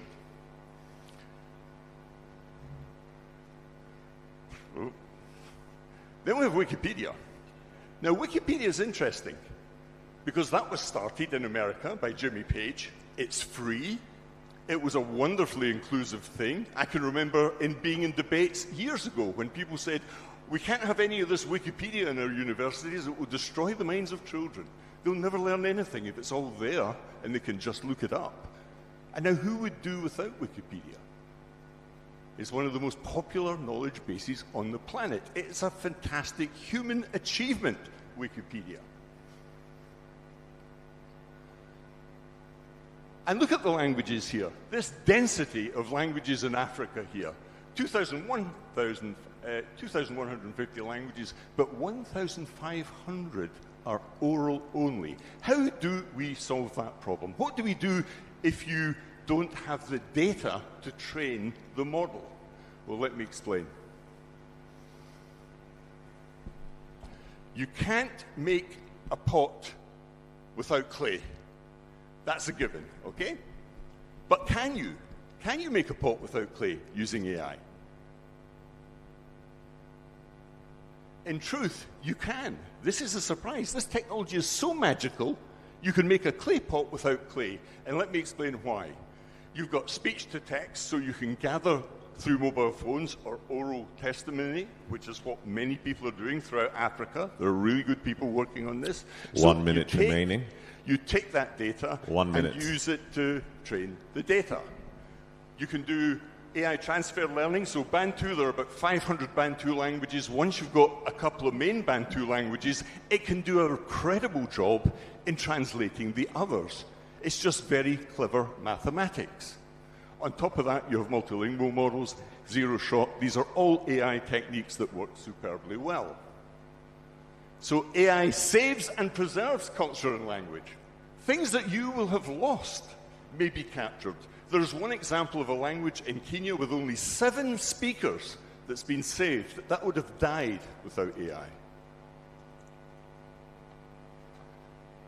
And if you don't think any language can be tackled by AI, then watch this, because we've even managed to crack dolphins. Now, if we can speak to dolphins, surely we can crack the code of time any is up. African language. You now have to sit down. Time over. Give him a round of applause. Denise has the world's largest So collection. do we believe him when he says that you are the colonialists, you sit in this room, you Africans, you are the origin, and it's not what they said? Let's see what happens and let's see what goes on as we turn to Ponsolate. And again, let me repeat what our motion is. The House believes AI will undermine Africa's indigenous knowledge more effectively than colonialism ever did. So they are against that motion. They are for the motion. Let's hear what Ponsolate has to say. Over to you. Thank you very much. I think in looking at this subject, we should look at what AI exactly is. You know, programming systems that analyze data. And what do? They learn from experiences and make smart decisions guided by human inputs. That is what basically AI is. But as an African, I will take us back to 141 years ago. 141 years ago, under the auspices of Leopold II of Belgium, Otto von Bismarck initiated the Berlin Conference. No African was present there in 1884. 14 countries were there, and they divided us like pizza. That division that they divided us by pizza, they had the data. Remember what I started with AI? It's about the data. That data today is still not controlled by Africans. We talk about digital sovereignty. In Wolof, they say, "Senior boss, our own." You move back, you even look at the nations out of the 14 that were that 1884 to 1885 partitioning. 7 of them didn't get any possession. Number 1, the United States, Russia, Denmark, Sweden, Norway, the Ottoman Empire, now Turkey, Austria, Hungary. None of them got anything. But check out what they are doing today in the continents. This was 141 years ago. We pushed forward to 79 years ago. To be exact, it's on the 25th of May. Africa will be celebrating our African Union Day. We had Haile Selassie of blessed memory. We had Kwame Nkrumah and Gamal Abdel Nasser. And Nasser was very instrumental, because what did Nasser do in 1956? He proved to use what you call our own by nationalizing the Suez Canal. And today, you look at Egypt's identity. Trump is talking about taking the Panama Canal. Do you see the British or the French talking about the Suez Canal? They dare not, because it's African. So once we get our data sorted out, then we can now move into this stage, because that data, as my colleague said, Asma, is the new oil. But what happened? To truncate that data, all our Pan-Africanists, apart from Gamal Abdel Nasser that died naturally, they were all removed, unalived. Nkrumah, we all knew what the CIA did. Haile Selassie, with the influence from socialism, we had all this Cold War period, we get confused. The Union came again, we remodeled ourselves to form the African Union, Thabo Mbeki, 2002.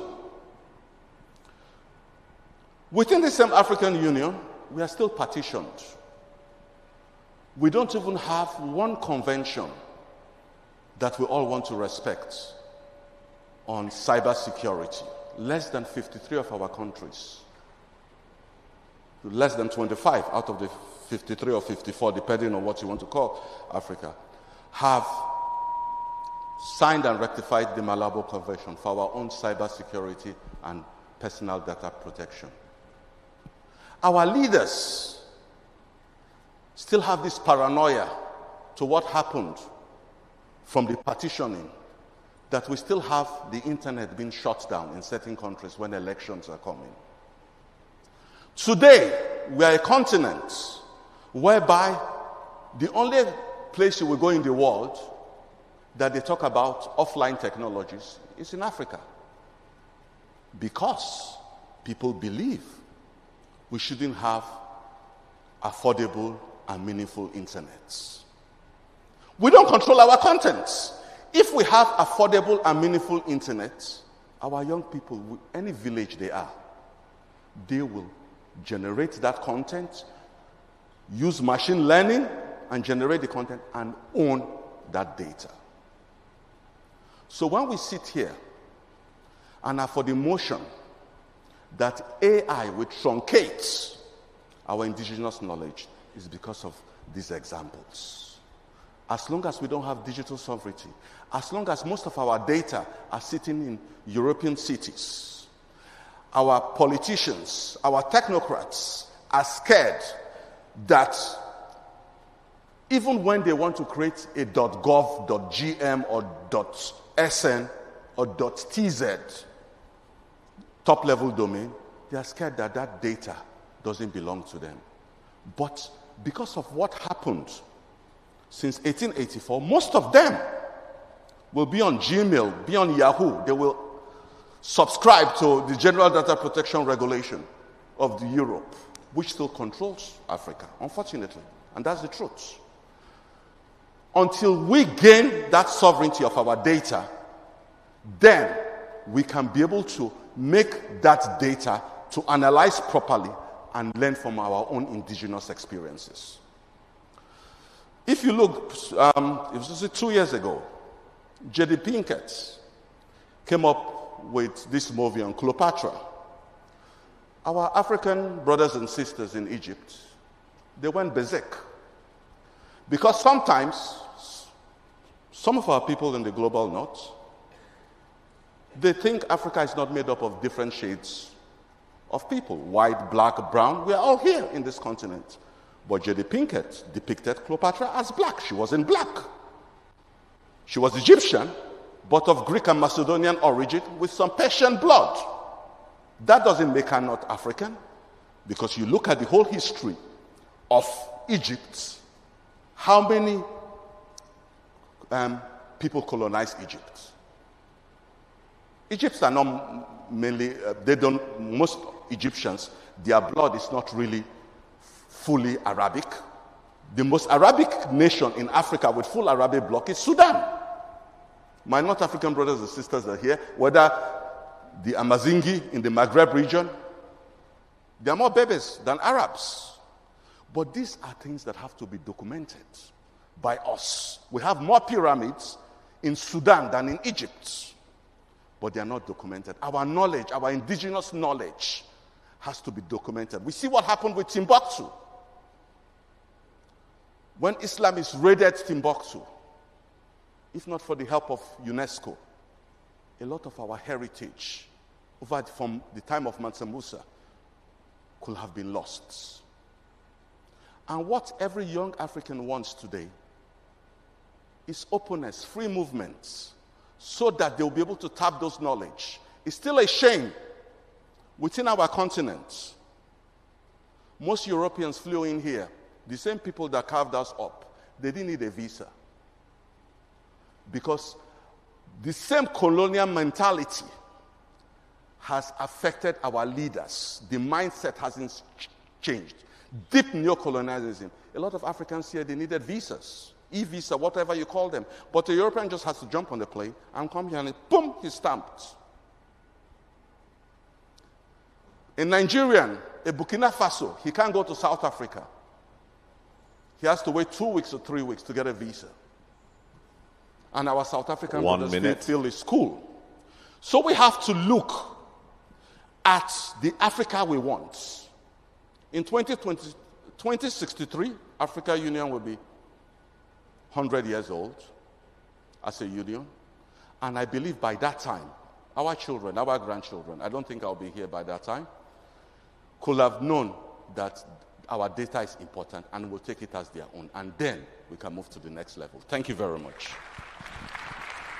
Thank you. So just to sum up what he has said, that data is not owned by the African continent. There's an issue with digital sovereignty. And all this compounds back to the division of Africa where none of us sat at the table. Over to those who are against this motion, and let us hear what Nancy has to input. Remember, Nancy, you have told us that Tanzania is the home of where colonialism began from. That is what Donald said. So let us hear you building up on that. Thank you, Honorable Chair, fellow debaters, and all gathered here. Let's pause for a moment and consider the magnitude of the claim before us, that artificial intelligence, a tool that we are just beginning to shape, could undo the very fabric of Africa's wisdom more effectively than colonialism ever did.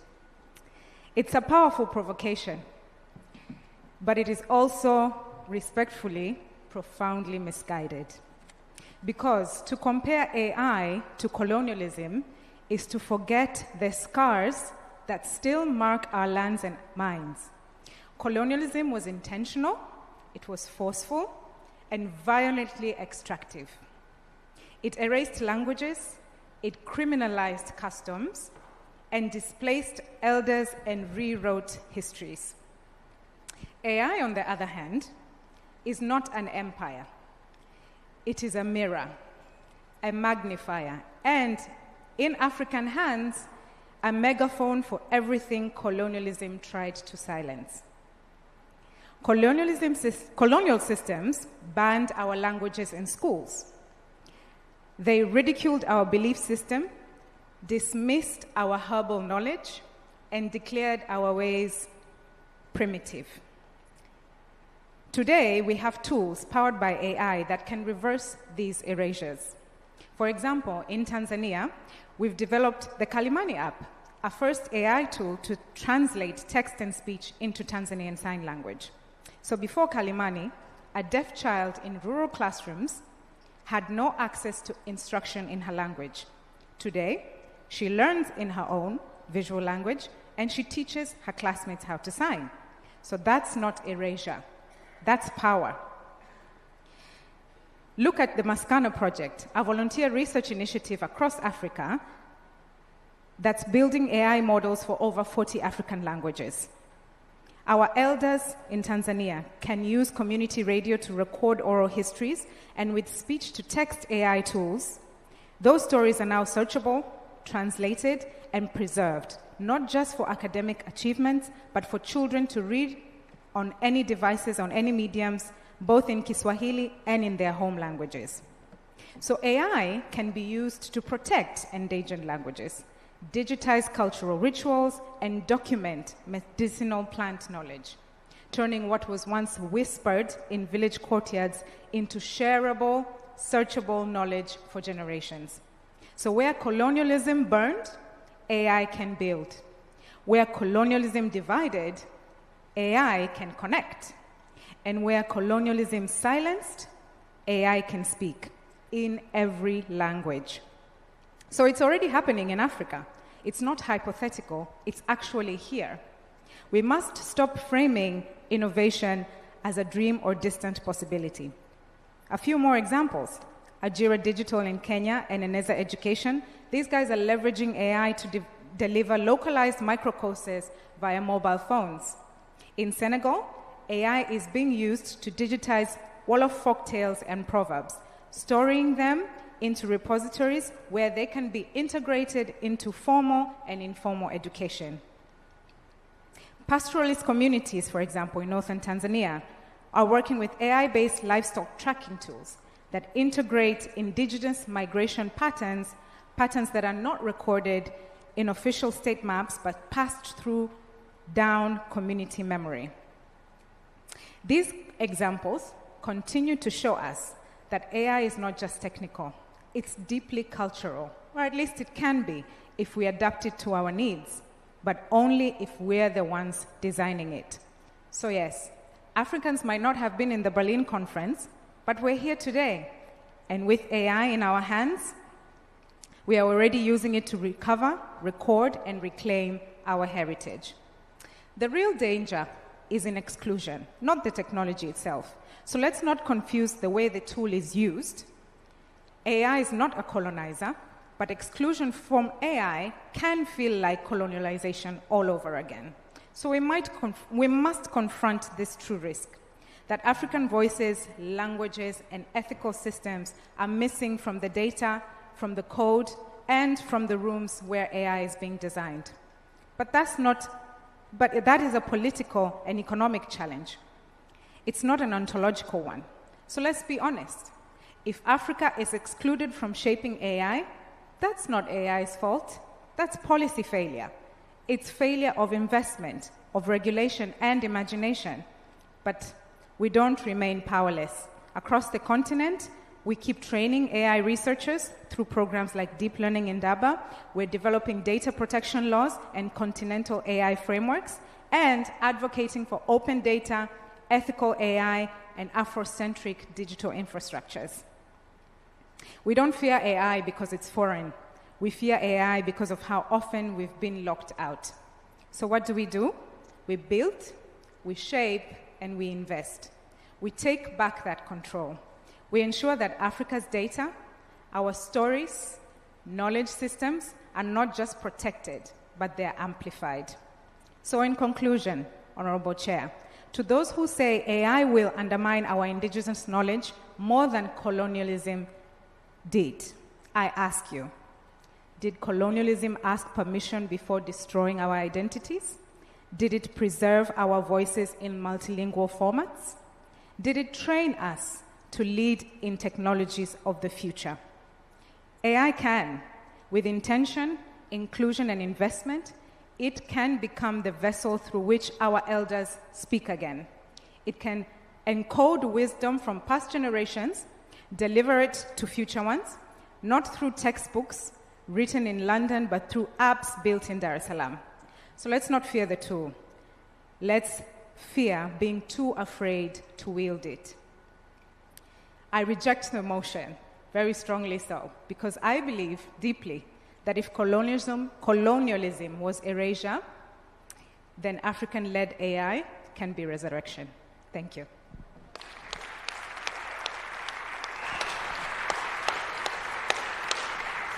Thank you very much. I need some helpers with the microphone here so that we can get some audience participation, and this is how we will do it. So please put up your hand wherever you are.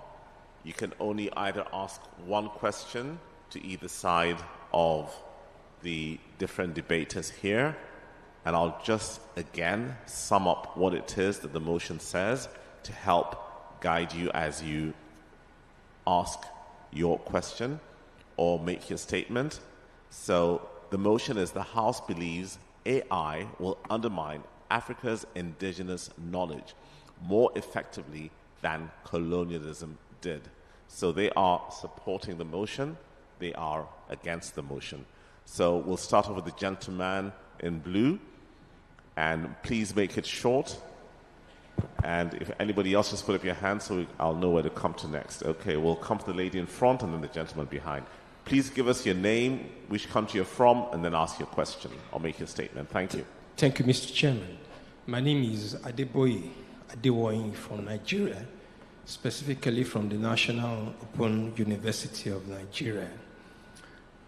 I want to believe that what we need to do as Africans is rise from here and tell our leaders to make the right investments, to own AI, to seize control of our data, and therefore write our own algorithms or develop from where it is. Now, until then, you cannot stay outside. That used to be something we say in Nigeria. You cannot change a system from outside. And so I conclude by asking two questions. How did the Chinese take over management?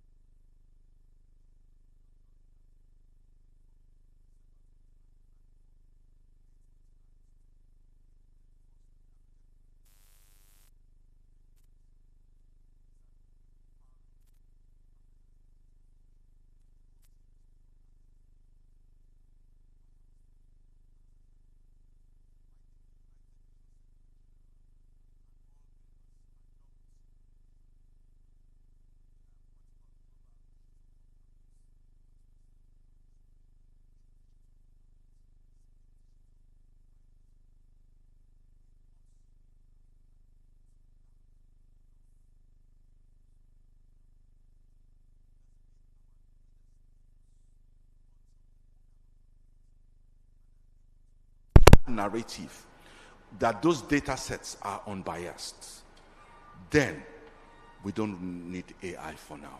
It will just be a tool for the elites. It will not help our rural-based children to improve their learning outcomes. Our teachers, all they need is connectivity. They will localize the data, produce their own curriculum just with connectivity and own that data.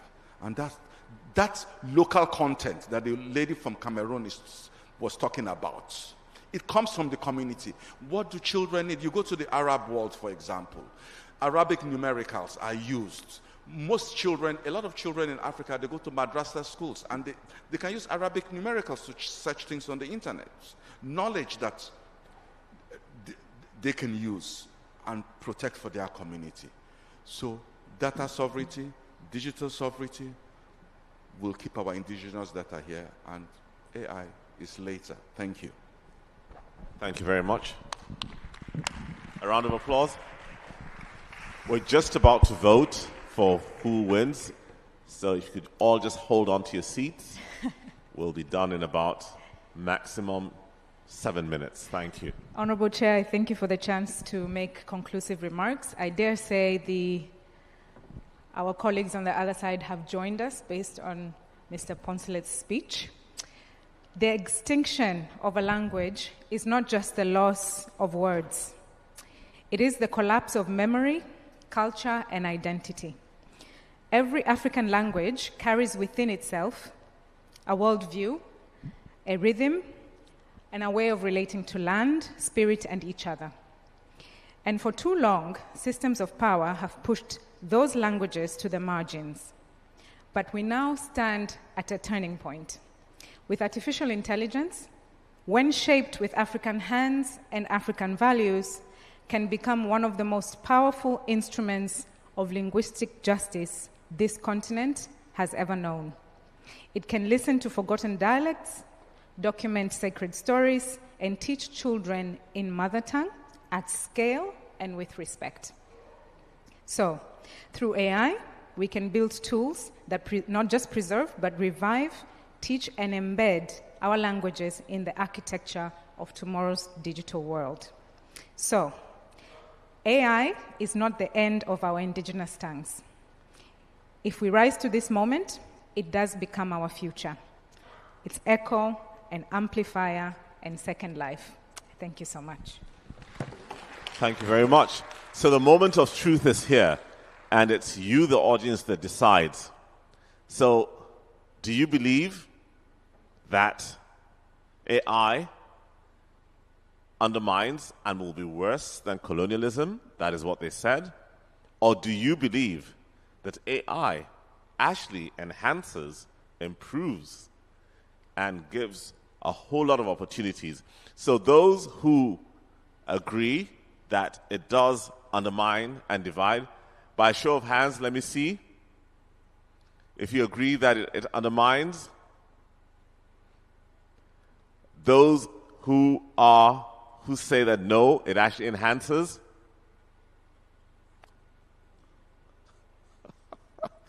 Wow, I think it's clear. So those who believe that it enhances have taken the day. So a round of applause, please stand up. Let us recognize them. And thank you all for being a great audience. Thank you for being patient with us. Thank you for waiting until the end. We are sorry that we took longer than usual. We had to have the official closing ceremony. But again, we are grateful that you're all here. And again, please go onto the website if you want to see the video. You'll be able to find it loaded, I think, in about a week or so. So we have ended the e-learning DA debate, and we wish you all a great evening, a lovely weekend, and a gracious trip back to your countries. Thank you all, and take care.